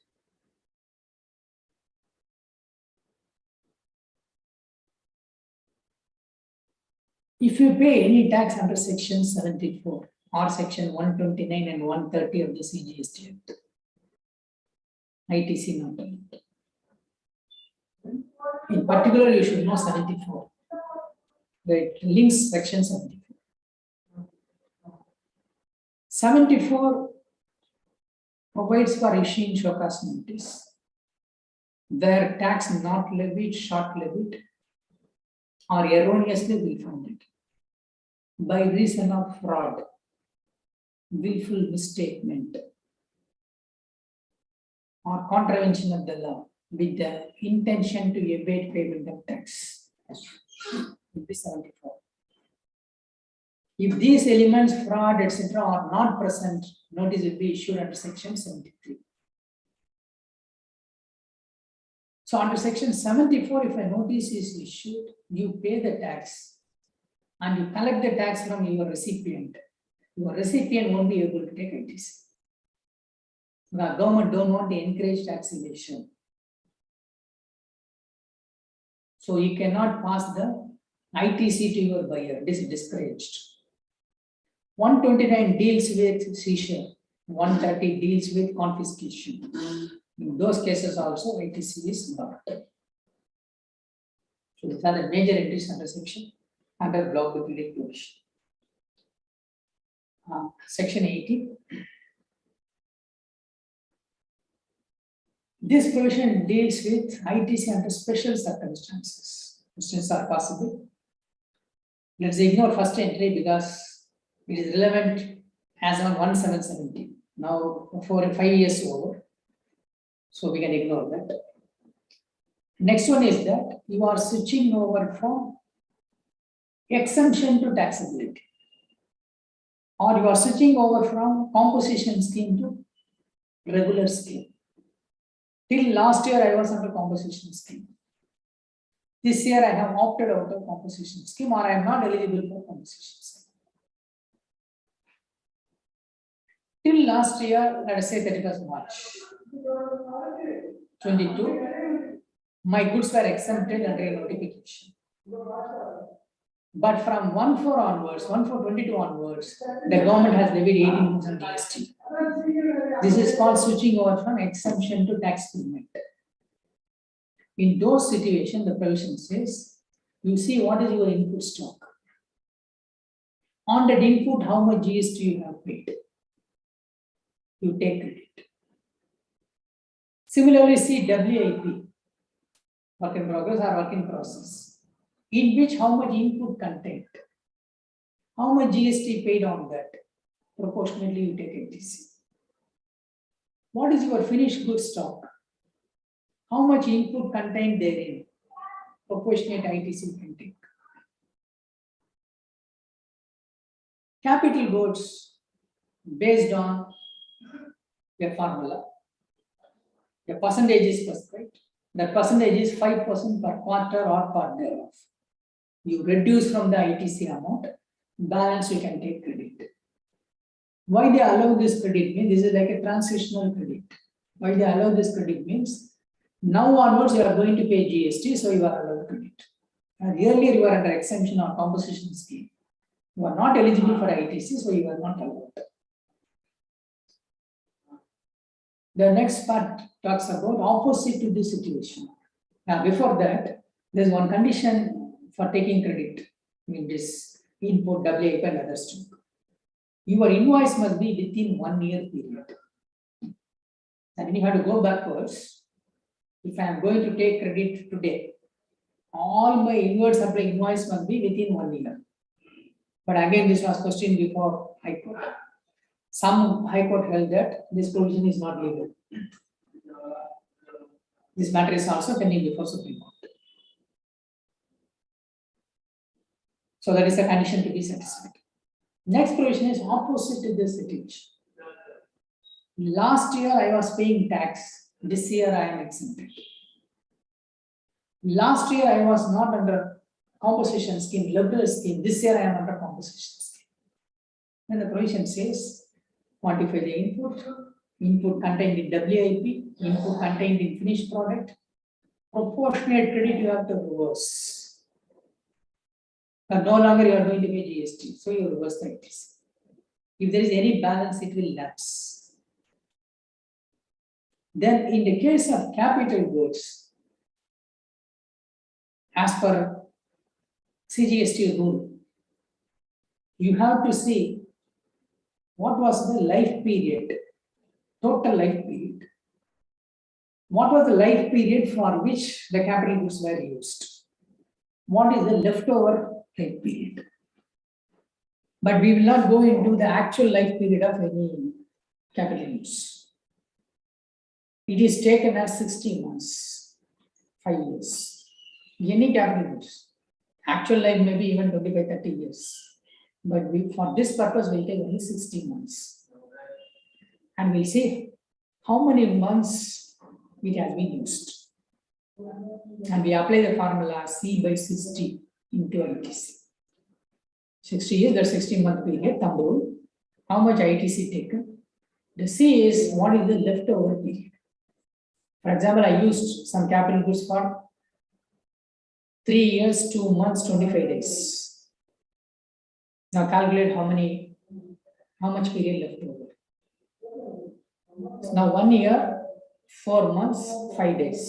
Now ignore that 5 days. Now balance is 12 months plus 5, 17 months. Now in C you put 70 divided by 16 to ITC. This much credit you have to reverse, balance will lapse. And any capital goods it dispose as usually undertake the transaction value or ITC taken, reduced by percentage point, whichever is higher, we have to reduce. So that is section 18. 19 talks about job work. Same provision available in CGST Act as a general provision also. Why we have this provision at 2 places means this is a situation where you have taken ITC. So in case you send any goods to job worker, you have to get back the goods. You need not pay any GST, you have to get back the goods within a time limit. If the goods are not received within back the time limit prescribed, it will be deemed that you have made supply to the job worker, you have to pay appropriate GST. Capital goods also you can send, and it has to come back within the time limit. The time limit is 3 years for capital goods. But this time period, both for input capital goods, can be extended by commissioner by 1 year or 2 years. If satisfied, you may extend the time limit. But these provisions will not be applicable for molds, tools, dies, switches. The quality input or capital goods is an exception.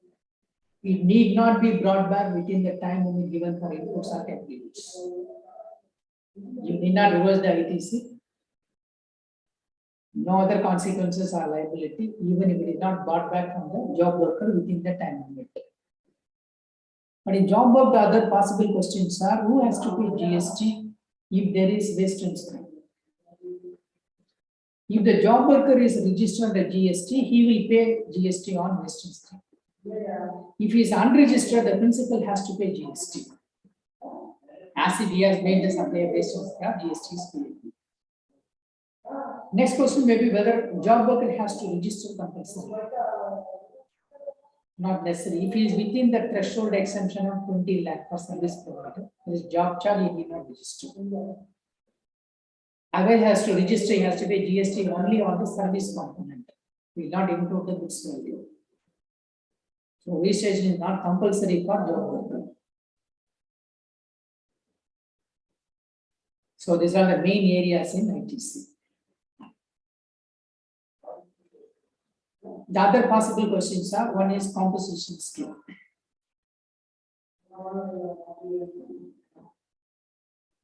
Ten 1 talks about a composition scheme whereby any goods supplier can avail the scheme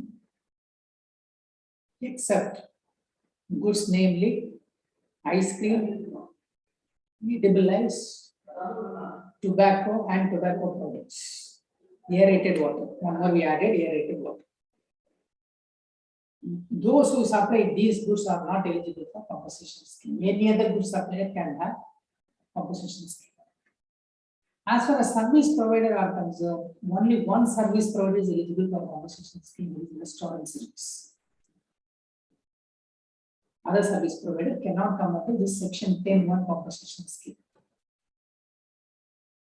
Basic condition: preceding year aggregate turnover not to exceed 150 lakh.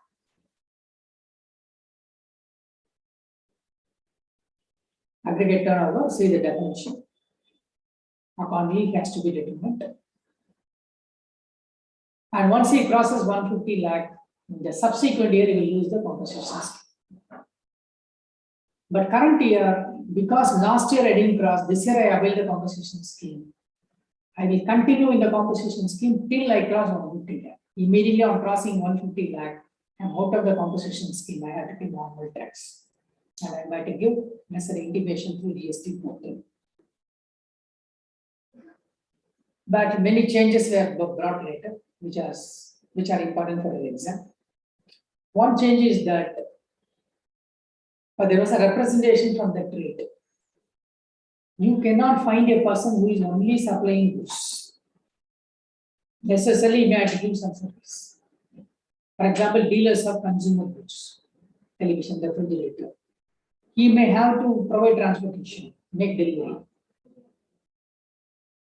But basically, the provision says you should supply only goods and not service. So this created a problem. So we brought an amendment which says those goods supplier can provide service also. There is a limit. Calculate 10% of the aggregate turnover of the preceding financial year, or rupees 5 lakh, whichever is higher. For that amount, you can provide service in the current year. And supply goods, provide service also, but it should not exceed 10% of the aggregate turnover of the preceding year, or rupees 5 lakh, whichever is greater. This much is permitted. Second provision is that for calculation of the preceding year turnover and current year aggregate turnover of the 150 lakh, you need not take into account any interest on lending money or advancing money deposit. That is also a supply of service interest is the consideration that need not be taken into account for calculation. So accordingly, you have to decide whether they are eligible for compensation scheme or not. 2A, this new scheme we introduced 2 years back. This provision says you can come under this compensation scheme if your aggregate turnover in the preceding year did not cross 50 lakh. Current year, the moment you cross 50 lakh, you are out of the compensation scheme. You have to pay normal tax. And the rate of tax will be 3% plus 3%, 6%. The rate of tax under section 10(1) is 0.5% plus 0.5%. CGST 0.5% is GST 0.5%. No question of IGST. Because once you are under compensation scheme, you cannot make any interstate supply. Once you make interstate supply, you are out of compensation scheme. So they pay only CGST plus SGST, half plus half. But restaurant service provider has to pay 2.5 plus 2.5, 4%. But under 2A, it is 3% plus 3%. But other conditions are same.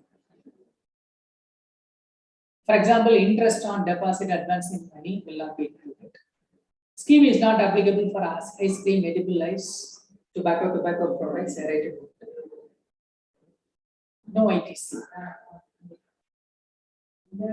And both the compensation scheme, no ITC is allowed at the hands of the supplier or dealer. Recipient also cannot take ITC. Compensation dealer should not issue any tax invoice, because the tax which he pays to the government should not be collected.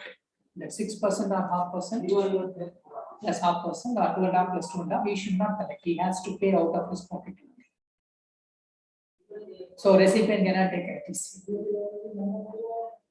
And that's why he cannot issue tax invoice. He has to issue only bill of supply.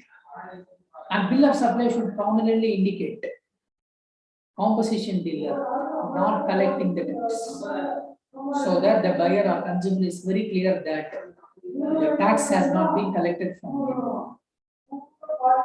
And this 0.5% etc. to be calculated on the turnover of the state.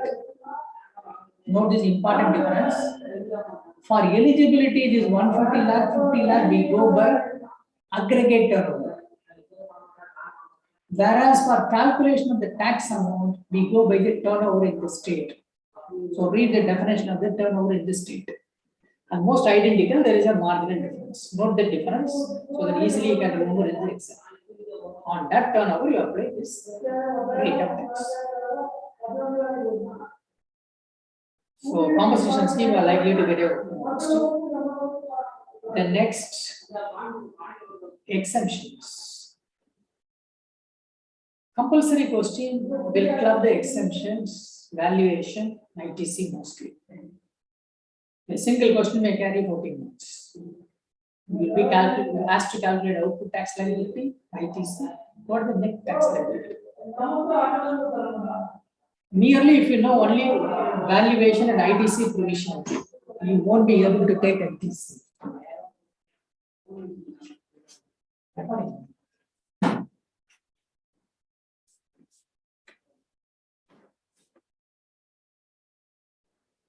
So only if you know valuation and ITC, you won't be able to attempt the problem.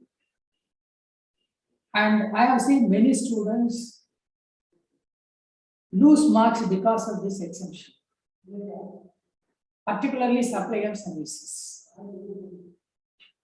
For supply of service, we have a notification 12/70. There are many entries, roughly I can say 82 exemptions.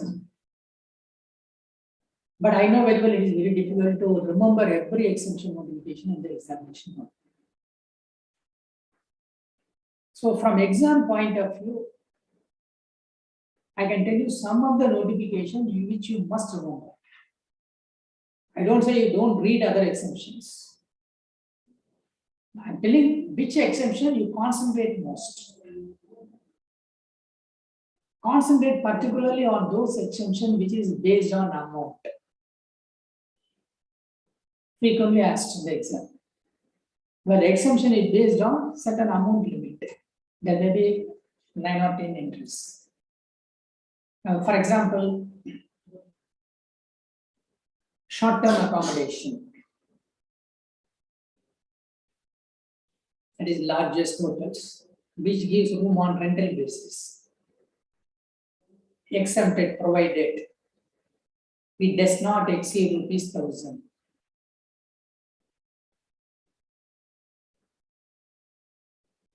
Per room or equivalent to that, how it is being charged by the hotel. And change you have to notice, when GST notification was introduced, the wording used was declared tariff. Declared tariff means the tariff is being declared in various mediums, maybe website, FM radio, television channels, cable TVs.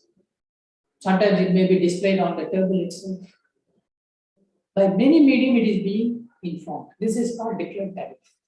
Now that has been replaced with the word value. Value means the actual transaction value received by the hotel. On that basis, this ₹1,000 has to be determined.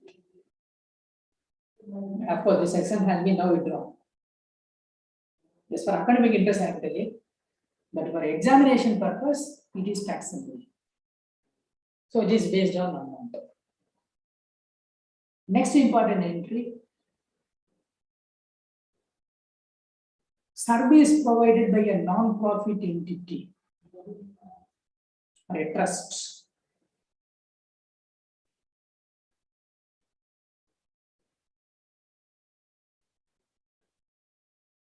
If it is relating to certain specified services, it is exempted. For instance, this entry covers residential welfare association, is frequently asked. In every residential complex, there is a residential welfare association, and you pay on monthly basis maintenance charge. Up to 7,500 per month, it is exempted. The charge beyond 7,500, entire amount would be taxable. Earlier it was 5,000, it has been increased to 7,500. And there are few clarifications by the board by SFA. Suppose a person is having 2 flats, whether this exemption is available for each flat.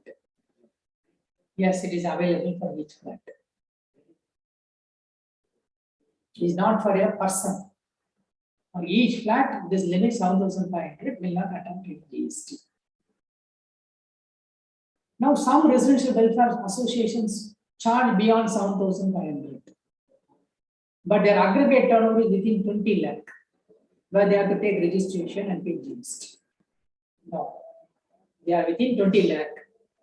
That registration provision is applicable under section 22. They need not register, they will not pay GST. trade union. Trade union collects some subscription from the members. It is exempted from GST. Next entry is also important.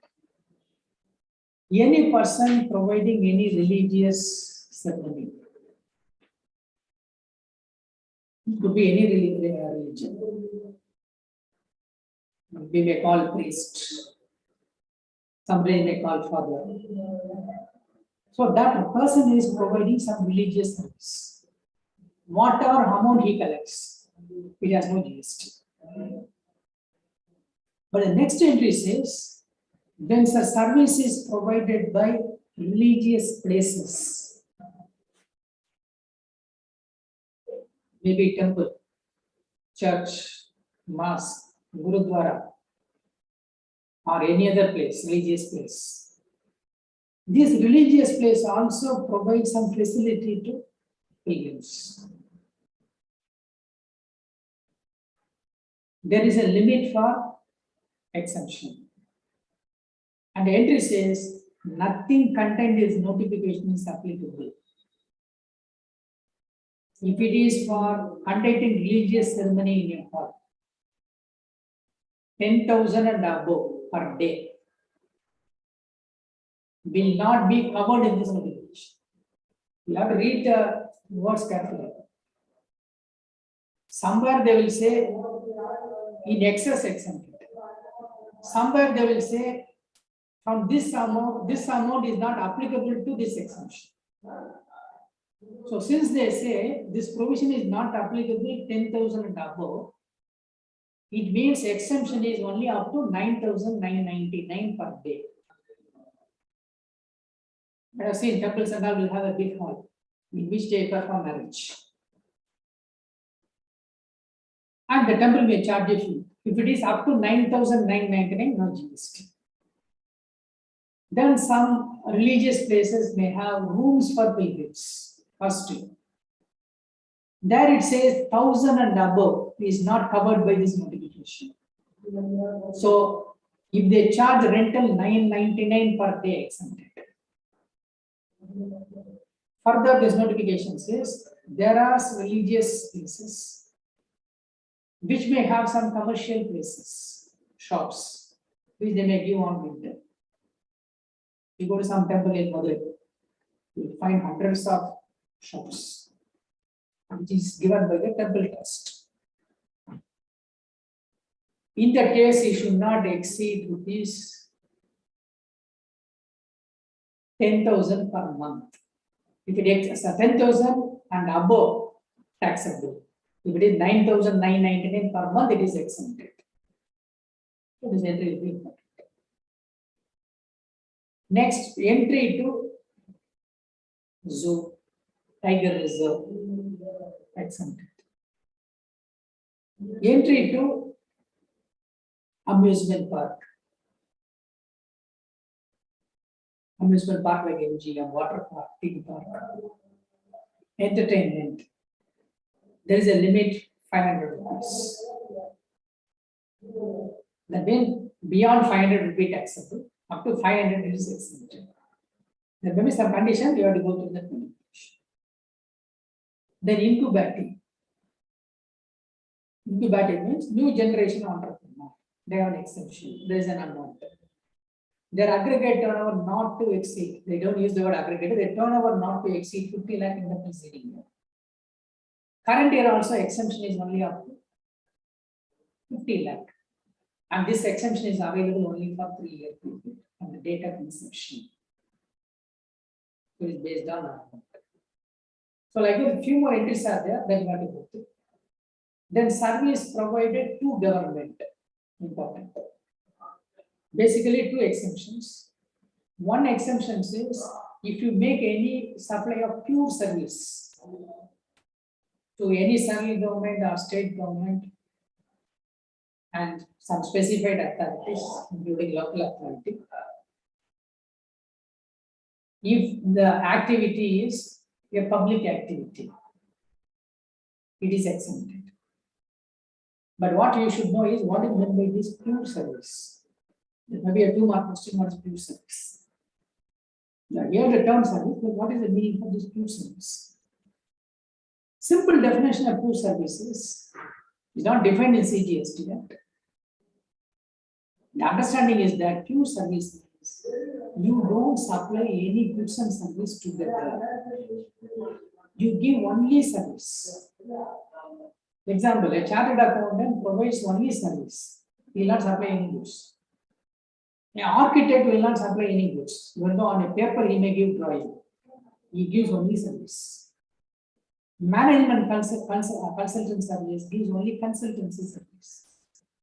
Doctor gives only treatment service. Even though sometimes he may give an injection, tablet, etc. Basically, it is only service. So if I don't supply any goods and service together, it is called pure service. Now going back to doctor, suppose he gives medicine for 3 days, then it will not become pure service. He has to give only treatment. If he charges for both medicine and treatment, it is not pure service. So if this pure service is given to government for specific reason, it is exempt. The next entry says, you supply some service which is having goods component also. If it does not exceed 25%, 25% on what? 25% on the total contract value. Again, the supply is to semi-government, state government, etc. It is exempted from GST. And you will find a few more entries of service given to government.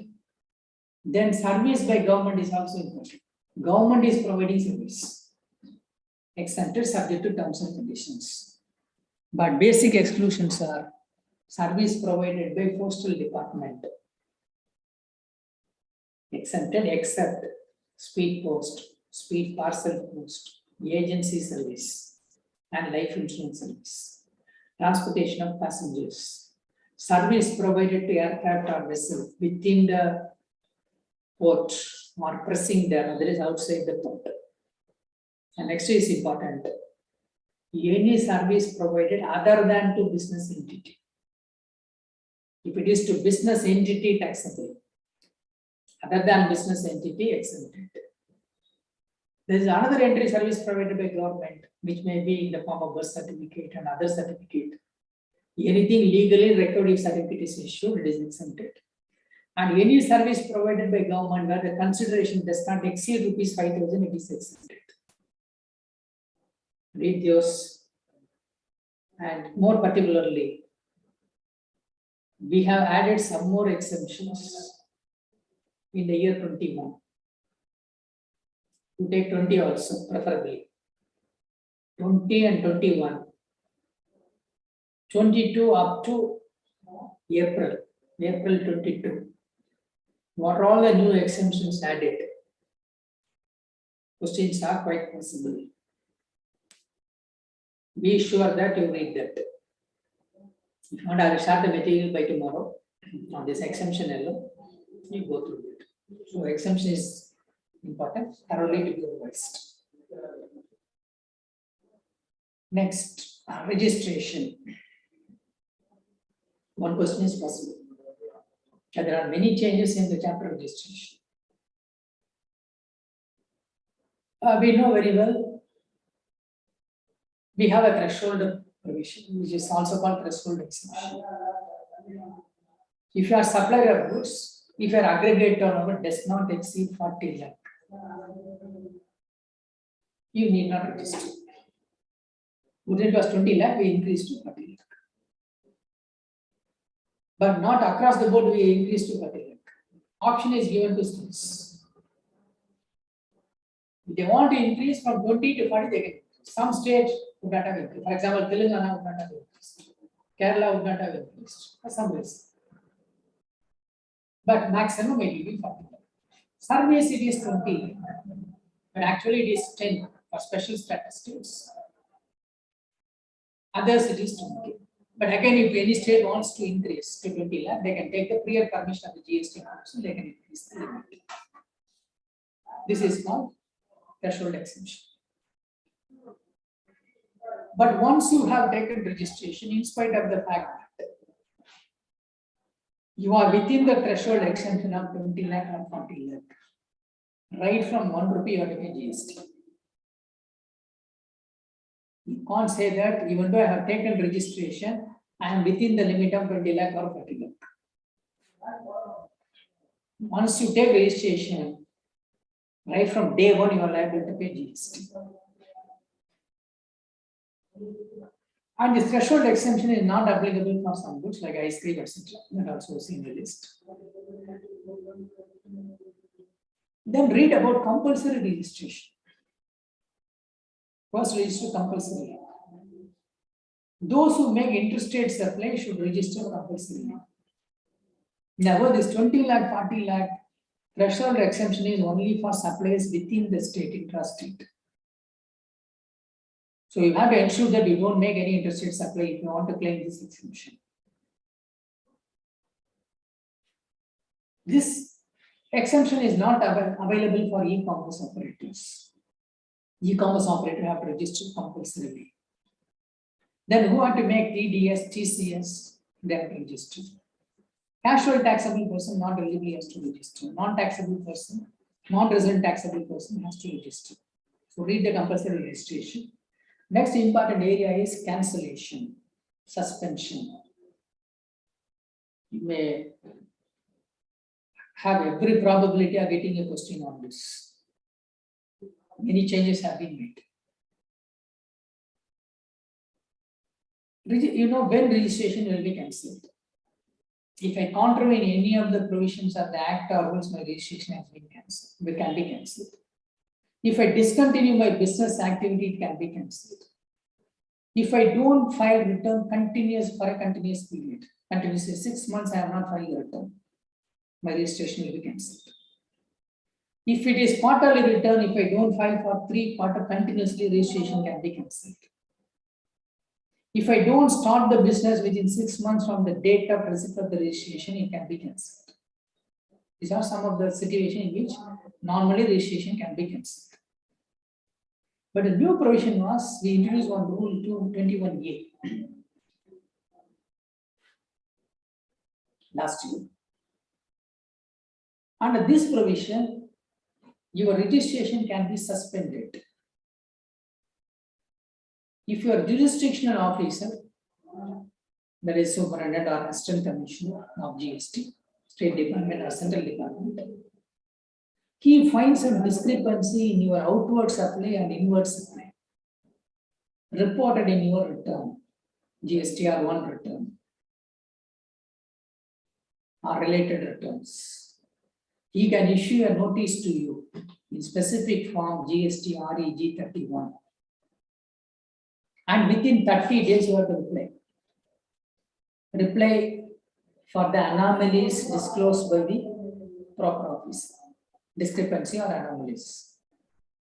After examining your reply, if he is satisfied, he will revoke the suspension.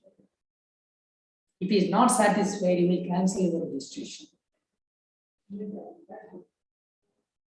And during the suspended period, you should not issue any tax invoice. You should not collect any tax from recipient. If you do so, you are violating the law. It may lead to penalty and other consequences, including imprisonment. Should not issue during suspension period any tax invoice. You should not collect the tax also.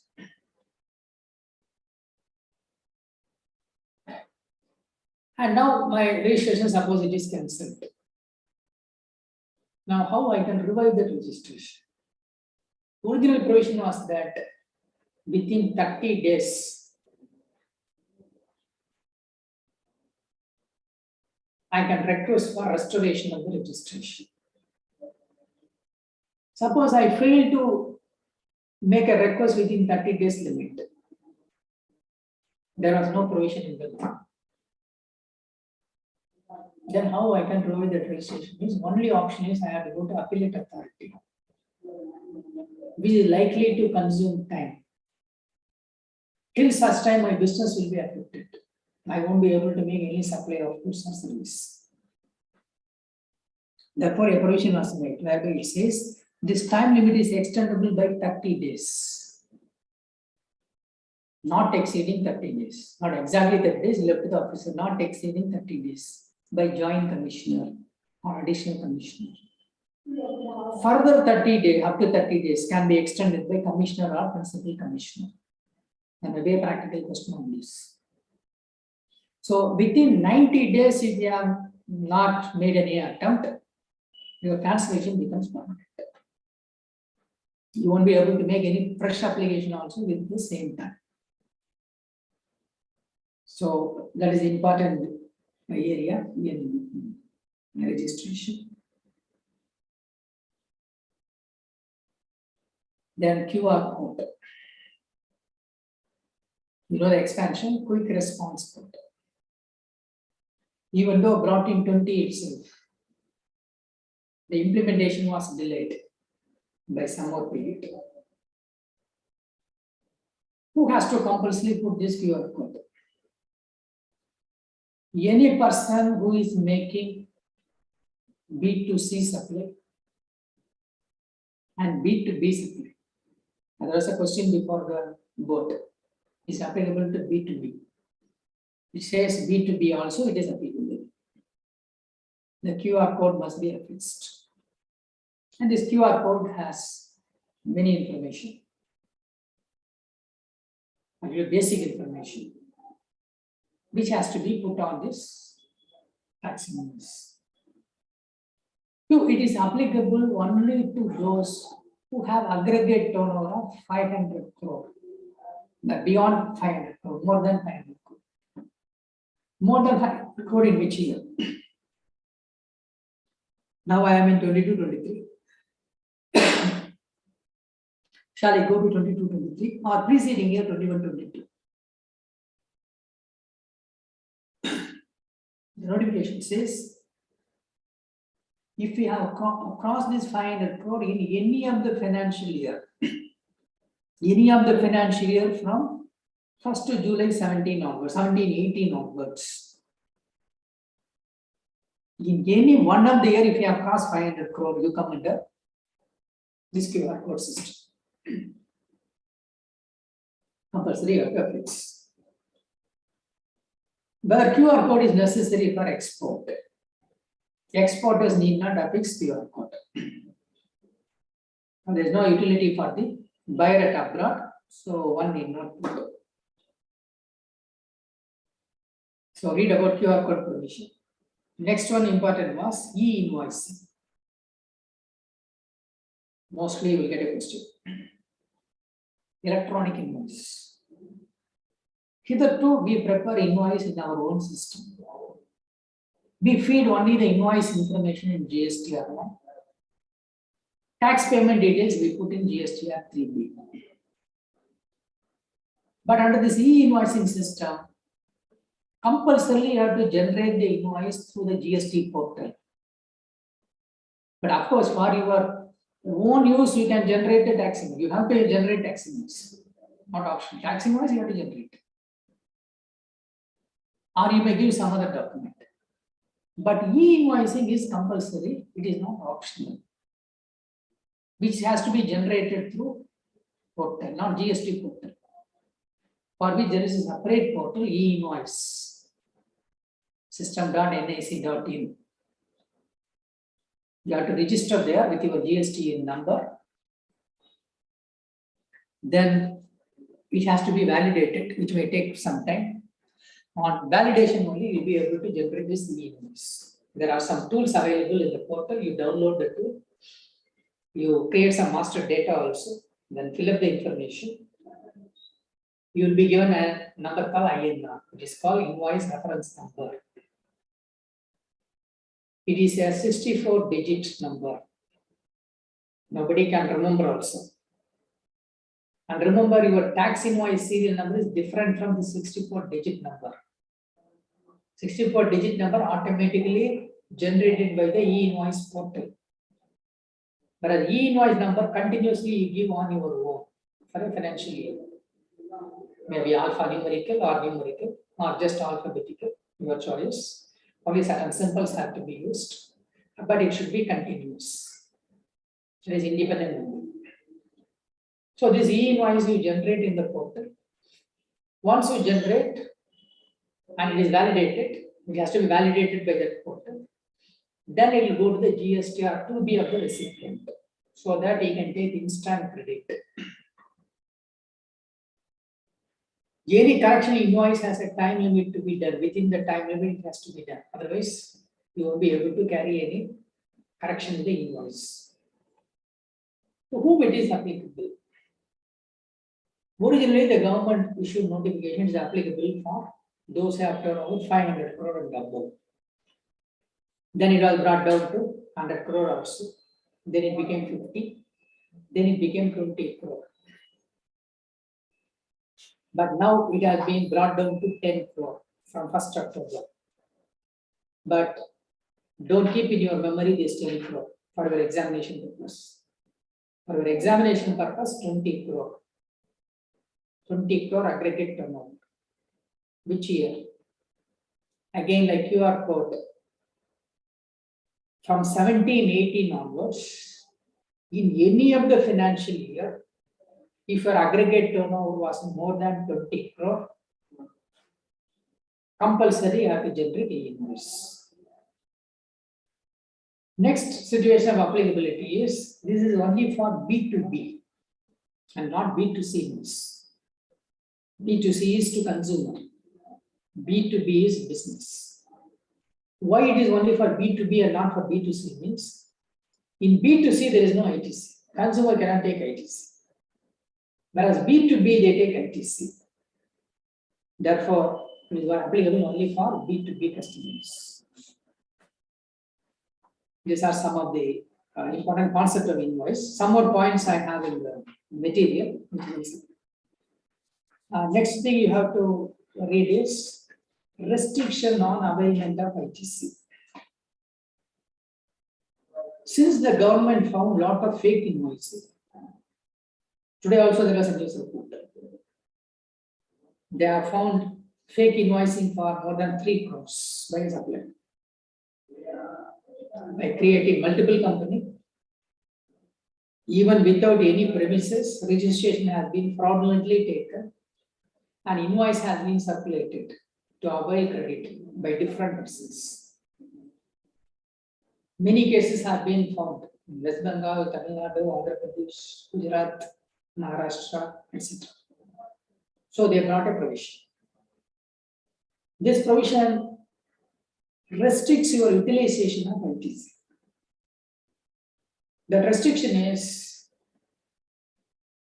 you can use the ITC only to the extent of 99% of your tax liability on your outward supply. For example, when I file my return on 20th today, for September I am filing in October on October 20th. I see what is my ITC balance. I find it is 20 lakh. How much GST I have to pay? Let us say I have to pay 20 lakh. Now I cannot debit 20 lakh. Only 99% of 20 lakh I can debit in ITC. Balance 1% I have to pay only by cash. Cash means through electronic cash ledger. Through internet banking, deposit in the bank, will sit in the credit column, then you debit. To whom this restriction is applicable? This is applicable to those who are having supply value exceeding 50 lakh. 50 lakh in a month or in a tax period. For others, this is not applicable. Then there are some exceptions. Read particularly these exceptions. For instance, if the proprietor or karta, managing director, trustee, and depending upon the type of organization, you know who is the principal person. If he has paid income tax of more than 1 lakh in any of the preceding 2 years for which due date for filing income tax return has expired. It means for those 2 years for which the time limit has already expired to file the return. For those 2 years, if his income tax payment is more than 1 lakh, this 99% restriction won't be applicable. To any person who is claiming refund on zero rated supplier goods, the input credit is claiming as refund. It is more than 1 lakh in the preceding year. This provision will be applicable. Then cumulatively, if your value does not exceed a specific amount also, this provision will be applicable. And it is not applicable to statutory body, government department, local authority, etc. So go through that provision. To whom it is not applicable, you may get a question. E-invoicing is important.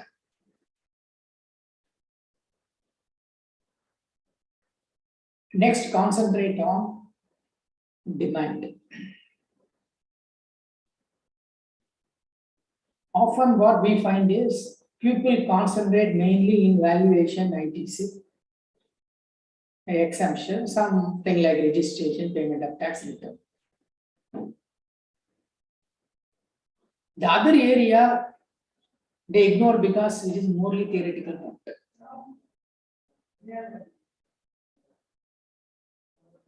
But that can make difference in your result.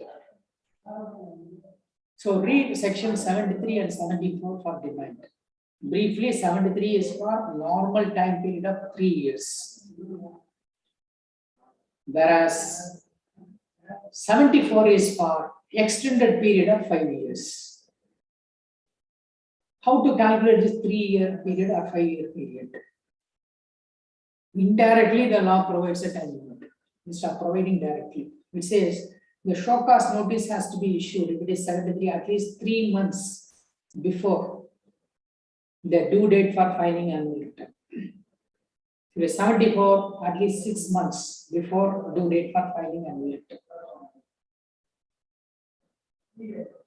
So time limit is given for notice. So naturally, the order has to be passed once the notice has been issued within the maximum time limit. Otherwise, it will be deemed that all proceedings have been concluded. No further action can be taken on the SSC. So they have put a pressure on the officer also to pass an order. And as I had already told, the difference between 73 and 74 is 74 we know in the case of fraud, willful misstatement, erroneous refund with the intention to evade payment of tax. And read particularly the voluntary payment of tax. Question is quite possible, but is an important one. In 73, the voluntary payment is even before issue of show cause notice. You come out to pay the tax with interest. So the advantage is no show cause notice will be issued. All proceedings are deemed as completed. Your advantage is there will be no penalty. This is before issue of show cause notice. Even after issue of show cause notice, if you pay within 30 days, same benefit is available. Only thing is you will pay interest little more, but exercise the option within 30 days. So if you don't exercise the option within 30 days, an order will be passed and a penalty will be imposed, which may extend up to 10% of the tax amount. Whereas in section 74, the voluntary payment provisions are different. There is a provision to pay the tax with interest within a time limit with a penalty of 15%. Then afterwards, the penalty will be 25% of the tax amount. If a person fails to exercise this option, the penalty will be equivalent to tax, which will be 100%. But there also, if it is paid within 30 days from the date of the receipt of the order, it will be reduced to 5%. So read particularly how the penalty gets reduced. An assessee goes for voluntary payment of tax under 73 and 74. Then read the provision relating to recovery of sum due to the government. Sum means total. How the government will recover the tax if it is not paid. Not only tax. Sum means tax, interest, penalty, whatever money due to the government, it is called sum. So how to recover that? Many provisions are similar to service tax provision. If any refund is due to the assessee, the refund will not be given, will be adjusted against demand. 2. GST department can write to the customs department or any other department which owes some money to the assessee, directing not to make the payment and transfer the money to GST department so that it can be adjusted against the demand. That is also not possible if they have any goods, which may be import, WIP, finished goods, capital goods. They may confiscate, they will sell in the market, they may recover. They seize, then they will confiscate, they may sell in the market. Then next option will be they may go for an order which is called garnishee order. Garnishee order means they can ask any bank in which this assessee is having account. Maybe RD, savings bank, FD, any account. Or insurance company owes some money to this person on some claim. Sundry debtor. Anyone owes any money to this person. Commissioner can write a letter saying that not to make any payment to this person and send the money to the GST department. And if that person fails to act within the time limit, say 30 days, Commissioner can even freeze the property of the bank, insurance company, debtor, etc. And the money can be recovered. And further, there is an action called certificate action. Certificate action means they will, on a sheet of paper, they will draw a list of how much money this assessee due to the government by way of tax, interest, penalties. What all the assets belonging to this company, belonging to this assessee. Sometimes it can be even personal property. Land, building, machine, machinery, movable, immovable, everything he will list out. He will send to the district collector to sell all this property in auction, recover the money, and send to the GST department. This is called certificate action. You can go for such action also. All these options are available before the government to recover the money. But there are some practical issues in this recovery. The question was that who will have priority? The assessee owes tax and other amount to the government, but GST department will have priority, income tax department will have priority, etc. And there were many decisions by Supreme Court in those days. Now this provision says subject to IBC. GST department will have priority. So you have to go to the insolvency and bankruptcy court.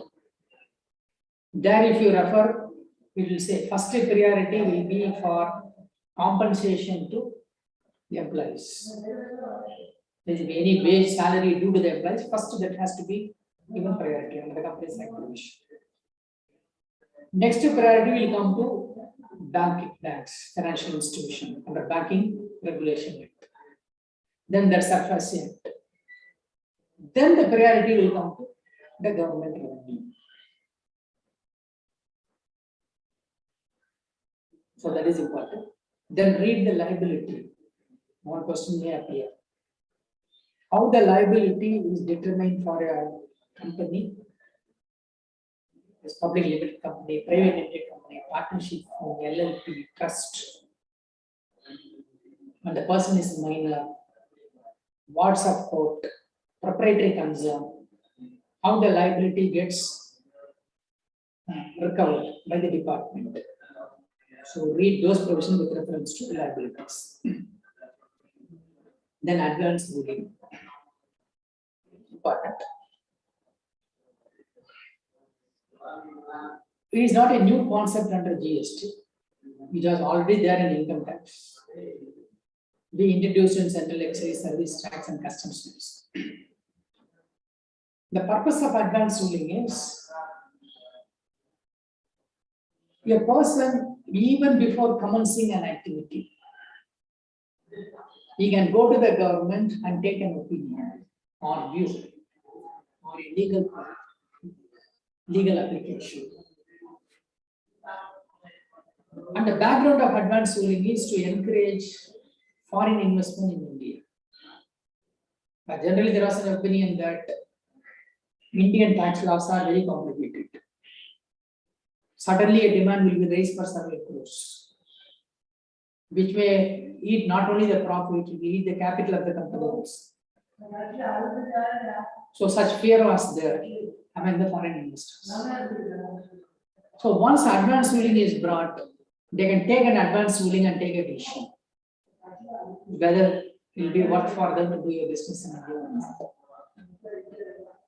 So that was the intention of this advance ruling. Read advance ruling provision with reference to how the application is being made. What is the time limit to give the ruling? 90 days. The date of receipt of application, the ruling has to be given.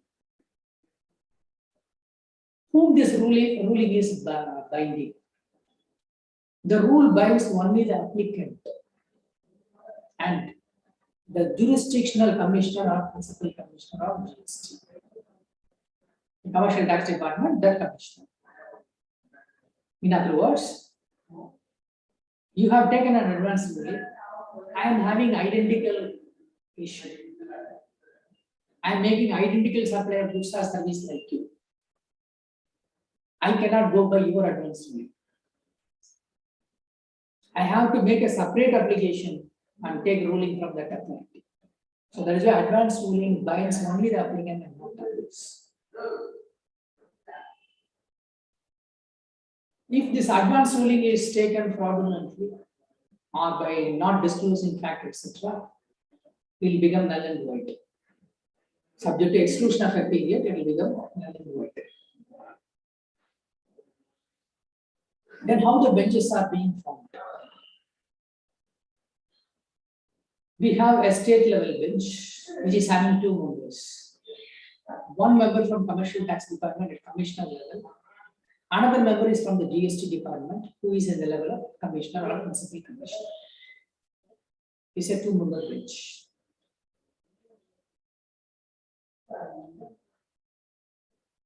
So there will be no majority. Suppose both are not agreeing with each other, it will be deemed that the application has not been made.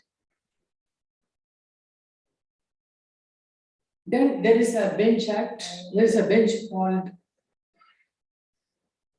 bench at appellate level. That is, if I lose an application before advance ruling authority, or it is not in my favor, I am not satisfied, I can go to the appellate authority. Appellate authority is only also 2-member bench, but the level of officer will be higher. It will be in the rank of chief commissioner or principal commissioner from central government, GST department. State government, the officer will be in the rank of member.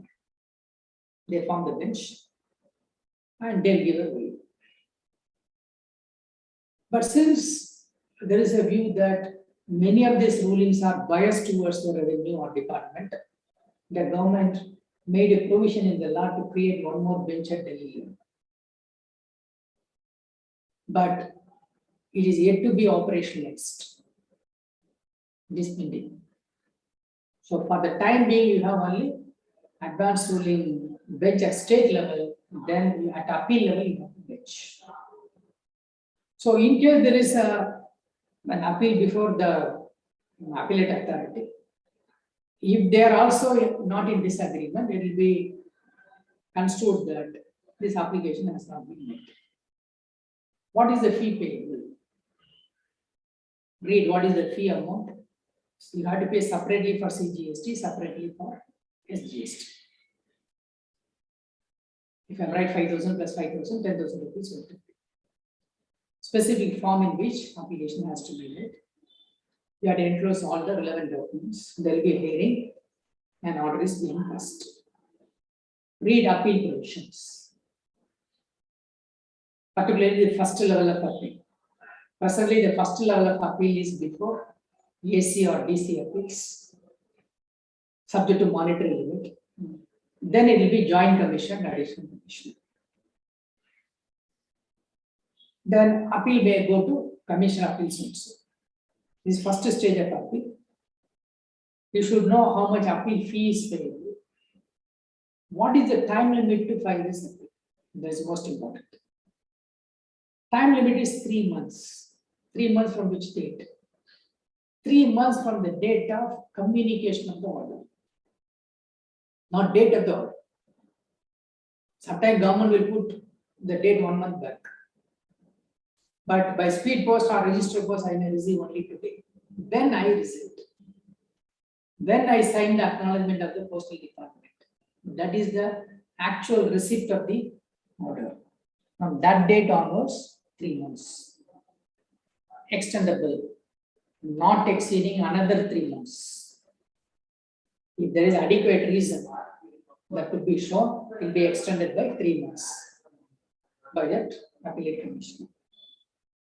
And you have to affix a court fee stamp also for 5 rupees. But there will be no appeal fee for DC, AC appeals, JC appeals, additional commission appeals. The court fee stamp will be a fee only for tribunal. It is free of cost. Because it is here by department, there is no fee. But you have to put a court fee stamp for rupees. Next level of appeal will be tribunal. But tribunal yet to be formed.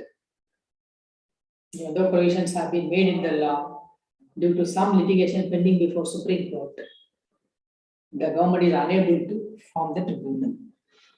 And tribunal also there will be state bench, regional bench, area bench, and there will be special bench in Delhi.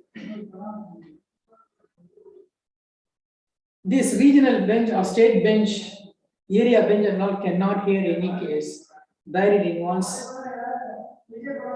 a place of supply. That will be heard only by special bench in the Delhi. Similarly, advanced ruling also, every case cannot be heard by advanced ruling. Even though most of the situations are covered, you can ask a question on valuation, liability to pay GST, ITC, exemption notification. Place of supply is outside the scope of advanced ruling. So those provisions which are not within the purview of appellate authority or advanced ruling, we must know.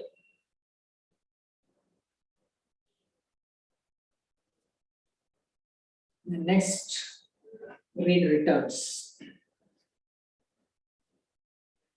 Need not remember all the return forms. At least know GSTR 1, 2A, 2B, 3B, GSTR 4, GSTR 9, 9C, GSTR 10. These return at least you must know. The GSTR 1 is applicable for every registered person. You know very well it is for outward supply. You give the information of quantity being supplied, value, and other information, and code number. GSTR 2A, 2B, you know, which is only a view only statement. Once GSTR 1 filed, it is getting reflected in GSTR 2A, 2B, so that the recipient can take ITC. 3B is you indicate your tax liability, how much tax is being paid, how it is being paid, whether it is paid through ITC or through electronic cash ledger, that is cash payment. GSTR 4, this is for composition dealer. Note the changes. Now, composition dealer may not file monthly return. He has to file only one return a year. The due date is 30th April. To simplify the law, they want a composition dealer to file only one return in a year. But how the government will come to know about the payment of taxes? A statement on quarterly basis they will file that will inform how much tax is being paid by the compensation bill. So payment will be quarterly, information about the payment will be quarterly, but return is once a year. GSTR 9, you know, it is annual return to be filed by the assessee, registered person, applicable to all except some categories whose aggregate turnover does not exceed 2 crore, it may not be applicable. Otherwise, everyone has to file this return. With some more exception, TDS, TCS, and all may not come out of this. For them, there may be a separate return. So this GSTR 9 indicates what is his income for a financial year. Breakup of those income details, sales, other income. Again, breakup like dividend, interest income, etc. That is their outward supply, their tax liability. Many information will auto-populate in GSTR 9. From GSTR 1 to A3B, etc., it will flow directly there. Where it is not auto-populated, the assessee himself has to find. Then what are their inward supplies based on their profit and loss account, their purchases, salary and wages, repairs and maintenance, spending and stationery. Like that, every broad heading of expense is given in GSTR 9. They have to give the information. And if there is any difference between their financial accounts and returns, why there is a difference? Is there any GST liability to be paid? Tax due to the government. That has to be paid by DRC form and reported in the return under the signature of the assessee. This is basically called GSTR 9. Then 9C, 9D and all earlier, there was a requirement for a compulsory GST audit for certain categories of persons. Aggregate turnover of 5 crore or more. Subsequently, that audit requirement has been dispensed with. Now it has been replaced by a self-reconciliation statement. The assessee himself has to reconcile the financial accounts and returns. And he has to certify himself, report a discrepancy, tax liability has to discharge. GSTR 10 is called final return. There may be a question, what is final return? Final return means once your registration has been cancelled, you have to file one last return. That is called final return in this specific form. This final return has to be filed within a time limit. The time limit is 3 months from the date of cancellation or the date of cancellation order. Whichever is later, from that date onwards within 3 months, this final return has to be filed. So that you disclose what are your liabilities. But there may be some liabilities after making an application for cancellation.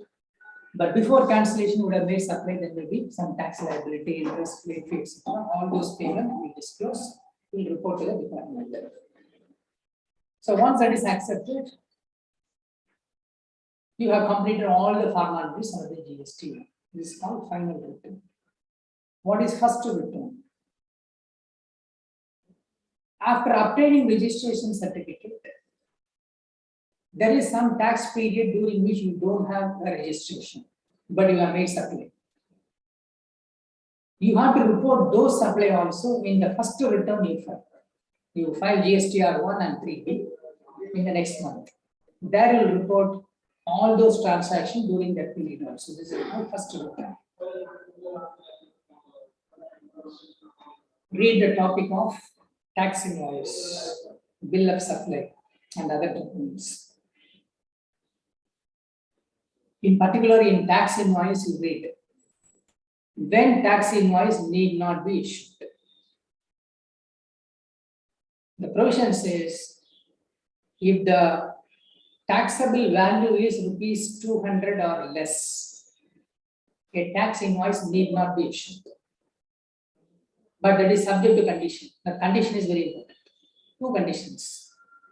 One condition is that buyer is not insisting for tax invoice. I buy one Cadbury chocolate for 50 rupees, I will not take an invoice. I say I don't need invoice. So I need not ask for the tax invoice. Second condition is that the recipient is not a registered person. The recipient is a registered person, compulsorily have to issue tax invoice. Then how the government will come to know that how much supply has made, tax has been paid? There is a possibility of evasion. He has to put on consolidated tax invoice at the end of the day. Every day, at the end of the business, close of the premises, he has to put one consolidated tax invoice. Thereby, the department will come to know what all the transactions have been made. When this tax invoice has to be issued? Without knowing this, we cannot apply the time of supply concept. So, see, read when the tax invoice has to be issued. Read what is continuous supply of goods, continuous supply of service. What is the due date for issuing invoice for continuous supply of service or continuous supply of goods? Read about debit note, credit note, very important. There are changes. Under what circumstances the debit note, credit note can be issued? What is the time limit for issuing credit note? When it has to be reported in the return. Next, read time of supply. Particularly read section 13, time of supply for service. The time of supply of goods, section 12, we have diluted. But in the case of goods, if you receive any advance, you need not pay GST immediately. You have to pay tax as and when you receive the payment or due date for issuing invoice, depending upon the provision in the section. But whereas section 13, the provision says due date for issuing invoice. If invoice is issued within the time, date of issue of invoice, if invoice is issued within the due date. And you know, service you have to issue invoice within 30 days. With some exception, banking company, financial institution, non-banking finance company, they can issue within 40 days. Others 30 days. Suppose invoice is not issued within 30 days, the date of provision of service will be taken. In these two cases, take into account date of payment also. Whichever is earlier, tax has to be paid immediately. In other words, if you receive advance, your tax liability comes immediately. The next part is reverse charge mechanism. Often in the exam they ask question, practical question on this reverse charge mechanism. Different from goods. For goods, reverse charge mechanism provision says time of supply. Provision says A, date of receipt of the goods. B, date on which bank made debit entry, or the date on which you made entry in your books of accounts for your payment, whichever is earlier. 3, calculate 30 days from the date of invoice. Immediate next day. Of these 3 dates, whichever is earlier, determines your time of supply. But whereas for service, the first provision in goods is receipt. Here there is no date of receipt of service. Instead, 2 provisions. 1, date on which bank debited your account. For the recipient, when your account has been debited, or when you made an entry in your books of account, whichever is earlier. 2, calculate 60 days from the date of invoice. Immediately after 60 days. Of these 2 dates, whichever is earlier, will be your time of supply. But here there is one exception. That any service is imported among the associated persons. Who is associated person? Your definition in your income tax act, section number 3. In that case, we will go by the debit entry made in the books of account or the date of actual payment, whichever is earlier. That determines the time of supply. Also read what is the time of supply for vouchers. Voucher is picking up very fast in countries like India. It's a very prominent adapter. The provision says if the supply is identified, the date of issue of the voucher. Otherwise, the date of redemption of that voucher. Date of redemption means you take the voucher, go to a shop, instead of paying money, you give the voucher and get the goods or service. It's called date of redemption. So depending upon the situation, it is determined. And one last provision says, in case if it is interest on delayed payment, you call delay, call interest or fine, fee, whatever name you use, the relevant date will be date of receipt. That will be the time of supply. Now read section 14. When there is a change in the rate of tax, how to determine the time of supply. Next, place of supply. Go to IGST Act. Particularly read for services.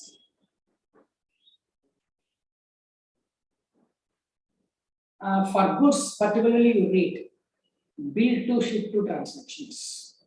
Little complicated. There are three parties involved. How to determine the place of supply? We'll go back to the question. Normally, we determine the place of supply on the basis of where the conveyance terminates, vehicle terminates for delivery, except where there is no movement involved. Movement involved means there is an obligation to put the goods in a vehicle and transport from one place to another. Whereas not involving any movement means I go to a shop, I buy one chocolate. Here there is no movement involved. I go to dealer, I buy one refrigerator, but dealer is not putting in any motor vehicle, he is transporting. I myself put the refrigerator in my own vehicle, I buy. So it is not involving movement. So in bill to ship to transactions, so if it is not involving movement, the place of supply will be where the goods are available for delivery.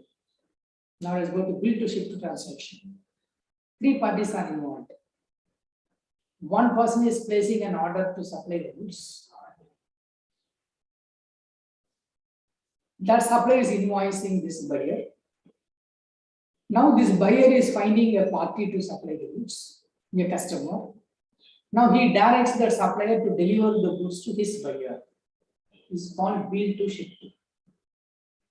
For example, Y is placing an order with X. X is billing Y. But Y finds a buyer Z, so he directs X to deliver the goods to Z. So it is bill to Y, ship to Z. In that case, how to determine the place of supply? Here we split the transaction into two transactions. As far as the first transaction is concerned, the place of supply will be the principal supplier of that Y, who gave the instruction to the supplier to deliver the goods to Z. His principal place of supply. For a second transaction between Y and Z, where the vehicle terminates at the premises of Z, that will be the place of supply. Then read about the zero rated supply, how it is being determined. Then services, we go to section 13. And section 12 is applicable where supplier of goods and supplier of service both are in taxable territory in India. Whereas in section 13, one of them is outside India. So any practical question, first thing you have to do is you have to underline what is the location of the tax supplier, what is the location of the recipient. If you find both are in India, apply 12. If one of them is outside India, you apply 13. Both 12 and 13 are important. As far as 13 is concerned, it is slightly different from section 12. Particularly read location of the immovable property, short-term accommodation, renting of halls, how the place of supply is determined. Under section 12 as well as 13. There will not be major difference, will be location with some exception. Suppose the service receiver is in India, property is located outside India, it will be deemed that it is delivered in India and the place of supply will be India. and read transportation of goods. There is a basic difference between section 12 and 13. Section 12 will cover postal department courier. Whereas 13 will cover only postal, it will cover postal department and courier too.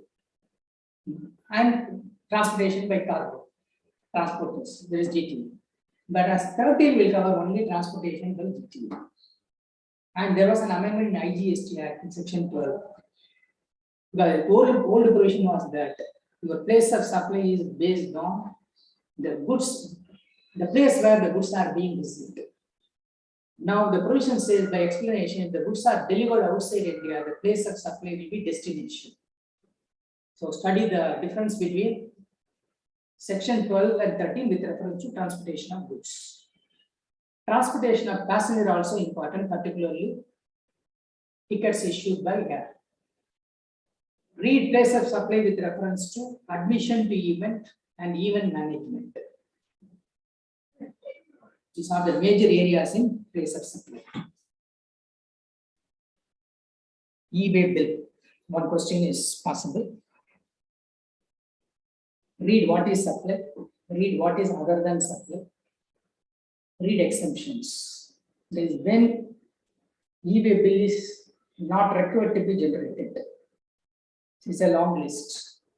We have some list of goods also, like pearls, corals, worked or unworked, currency, postal articles, used household articles. See the list. Then there are so many other areas in which we need not generate eBay bill. For example, 5 petroleum oil item, which is not under GST, eBay bill is not necessary. And read when an eBay bill can be cancelled. Any eBay bill has to be cancelled within 24 hours from the time of generation. However, if your vehicle has been already intercepted and checked, even within 24 hours, you cannot transfer the eBay bill. What is the amount limit to generate eBay bill? 50,000 rupees. 50,000 rupees, whether it includes GST or not. Inclusive of GST, if it is up to 50,000 rupees, eBay bill is necessary. Is there any situation where this monetary limit is not applicable? eBay bill has to be generated. Yes, if you are sending goods on job work outside the state, irrespective of the amount you have to generate eBay bill. Similarly, handicraft goods, there is an exemption notification by which if the goods are sent, eBay bill is necessary. Then eBay bill has to be extended. Is there any time limit to extend the bill? eBay bill. For any reason like a breakdown of the vehicle or some other natural calamity, etc., how it is to be done? Read that provision. Then what is the time validity of the eBay bill? That's the most important. Practical question is possible. And there is an amendment. Earlier, up to 100 kilometers one day was given. Now 100 kilometers has been increased to 200 kilometers. You get 1 day. But this is not applicable to over-dimensional cargo and multi-modal shipment. Multi-modal shipment means there will be use of more than one type of conveyance. I may use ship and aircraft or aircraft and motor vehicle, like that there will be a combination. It's called multi-modal transport, for which this position will be applicable. So in the case of multi-modal transport and over-dimensional cargo, 20 kilometers will be 1 day. Then every extra 20 kilometers are part thereof. So like 200 kilometers also, every extra 200 kilometers are part thereof. 1 more day will be given. Now your first day will be calculated till the next day of the midnight. So today morning 4 a.m. I am transporting the goods. 200 kilometers, first 200 kilometer validity will be till midnight of tomorrow. Then tomorrow midnight to day after tomorrow midnight will be 1 day. Like that it will go on. If you want to extend the e-way bill for any reason, where you could not reach it in the time limit, you can extend, provided it is done within 8 hours. 8 hours from which time? 8 hours from the time at which your e-way bill expires. You have to ask for extension before commissioner or principal commissioner. So e-way has to calculate whether an e-way bill is valid or not. And read the forms like EWB 01, Part A, Part B. What is EWB 02, EWB 03? These provisions. Who will fill up the Part A, Part B? Can a transporter generate an e-way bill? Yes. If Part A information are made available, even courier and transporter can generate the e-way bill.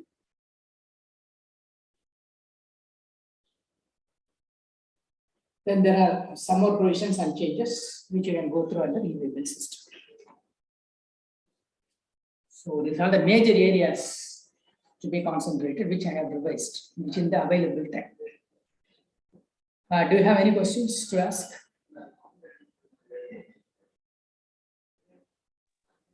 Yes, sir. That was a great session actually. So let's see if you have any queries.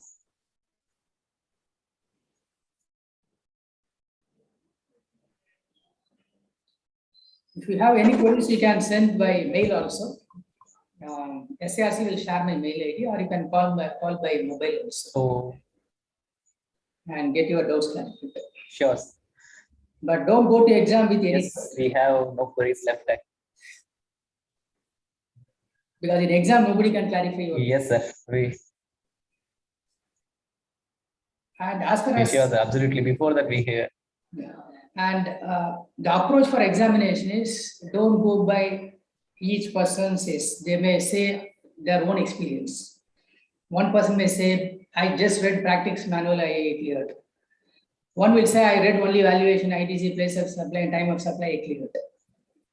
Now, what works for one person may not work to another. And in professional course, there is no concept called any important chapter. Everything is important. Theory is important, practicals are important, rules are important, act is also important. At the same time, you cannot revise everything before examination day. So you have to underline what are all the important points in every chapter. That you have to do. And second guideline is, since we have scenario-based MCQ, already ICAI has supplied one scenario-based MCQ, go through at least 2 or 3 times. Similar model you may get in the exam. Scenario-based questions are tough because it combines many chapters. That is why if you omit some chapter, suppose you omit payment of tax, you may think it is not important. You may have to miss some question in the scenario-based MCQ. You will miss some marks. Second thing is that keep the compulsory question at the end. Unless you are 100% sure you can answer that quickly. Usually compulsory question will be tough. But ensure that you have allotted anywhere between 30 minutes to 40 minutes for this compulsory question. Go to the discovery question, choose the question number where you have many sub-questions, maximum sub-question you know the answer, and answer to the question. Where people are unable to clear means they don't read what is asked actually. The answer is irrelevant to the question. Or in one question, there will be 2 parts. They answer one question, the other part they omit. These kind of errors they commit. It is not necessary you have to answer for 100 marks. Even if you answer for 70, 80, you can clear. Provided whatever you answer, you have answered to the point. And lastly, follow the format. Don't write everything in your working sheet.